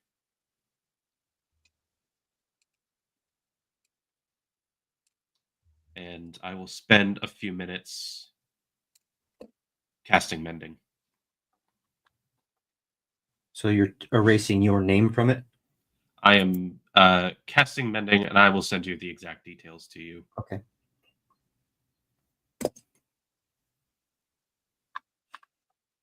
We can continue with Shanoa if you want to.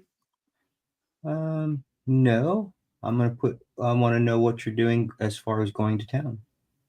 After let me at least send this to you so you know what I've done. Okay.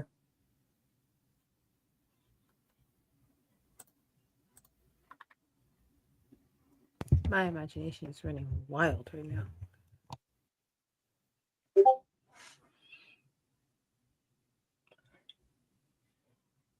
I understand. That's fair. After some time, definitely letting Shanoa get the lead, everything else along those lines. I've maybe spent some more time trying to do prestidigitation, minor illusion, to try to fix the color or to like get it to change in some different way. None of it sticks. The minor illusion obviously can't really keep up with my one-to-one motions in a way that I can control like it was my own hands. So I just kind of okay. We're just gonna go. And at some point subconsciously, I would have once we got close enough, I would have put mage armor on myself, and I go to walk my way back into town. Try to utilize a less trotted path. Okay, I lost what you were doing. Sorry. Essentially, I have taken time just psyching myself up. Oh, okay. And I'll send you any actually pertinent details about it, but Okay. after a good like 5, 10, 15 minutes that Shanoa has left, and I've taken care of all my stuff, I get myself good, and I try to take a less traveled path back to town. Awesome. Do me a favor and just roll me a random d20. All right.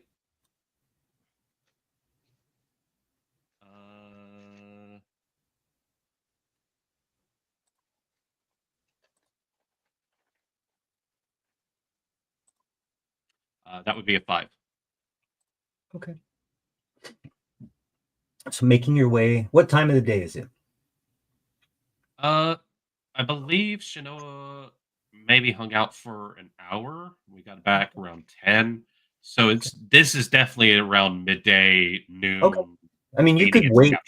You could wait till dark if you want. It's not going to bother me a bit. If I wait till dark, it's probably going to be noticeable anyways. Gotcha. And my moms are expecting me back. Okay. So as you start to make your way back, kind of utilizing these paths that you've used before in kind of circumventing certain individuals. I try to recall some of the paths that I took back when I actually had some people out in the woods with me. Yeah. So as you're making your way through, coming around a bit of a corner, maybe. It's not necessarily an alley. It's more of a smaller kind of a road in between a set of the backs of houses, but it's not like this seedy, skinny little alley. It's wide enough for a small cart to go down. And as you're kind of making your way down that area, you have seen people, plenty of different people.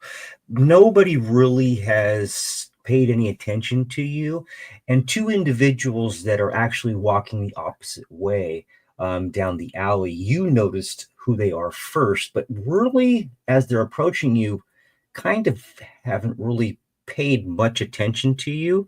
But you notice that these are two individuals that probably at some time and currently were field hands that probably had helped Brabble out at some point in time. Maybe not. But definitely they were field hands. One's male and one's female, although both look to be a little stocky, a little worse for wear.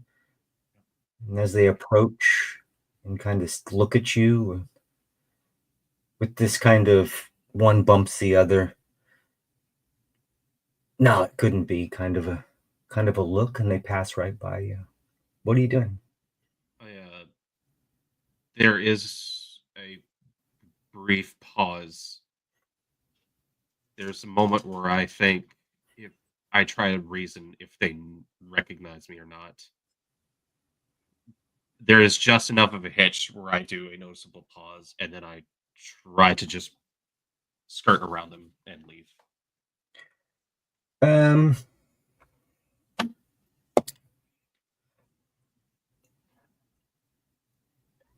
You hear the footsteps behind you suddenly stop. Did you paint yourself blue?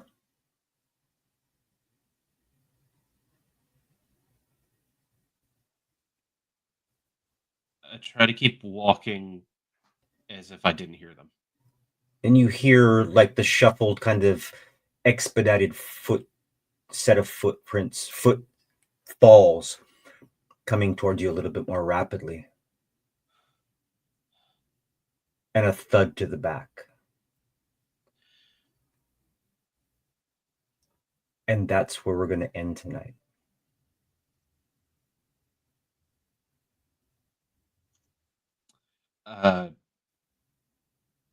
Very quietly. Oh, fuck.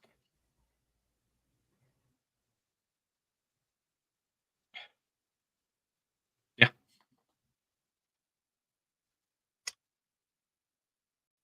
All right, we good? All right. So I know we went a little bit over, but we had some stories to tell, some things to work out. We're going to be picking up next week with a few things. Shanoa and the rest of the party. Hopefully we get all the party back together, having a drink and like see what everybody has to reveal. But until that time, anybody got anything for me before we sign off? Okay. It's been a little bit. We went over last week too, but we're good. It's fine. So if you haven't tuned into us, don't forget you can see us every Wednesday at what time we come on? 6 p.m. Sometimes a little bit sooner than that because we get kind of like excited because we want to get going. But we're usually around 6 PST, so Pacific Standard Time. And for the rest of the country, I don't know what the rest of the country is. Also, I play, Sabrina plays, Shanoa plays. We all of us play in other different games. You can look us all up on all of our social media platforms on the bottom to find out what games we're playing and when we're playing at. We're doing a revised schedule for everything. And I actually, I think I will be starting a brand new game, Zero Saturday, which is like every other week, every third week or something like that. And we'll see how that goes. But my work has mellowed out a little bit, so I have an actual time to do this. There isn't anything else. I love you guys. I will see you next week. And bye, guys.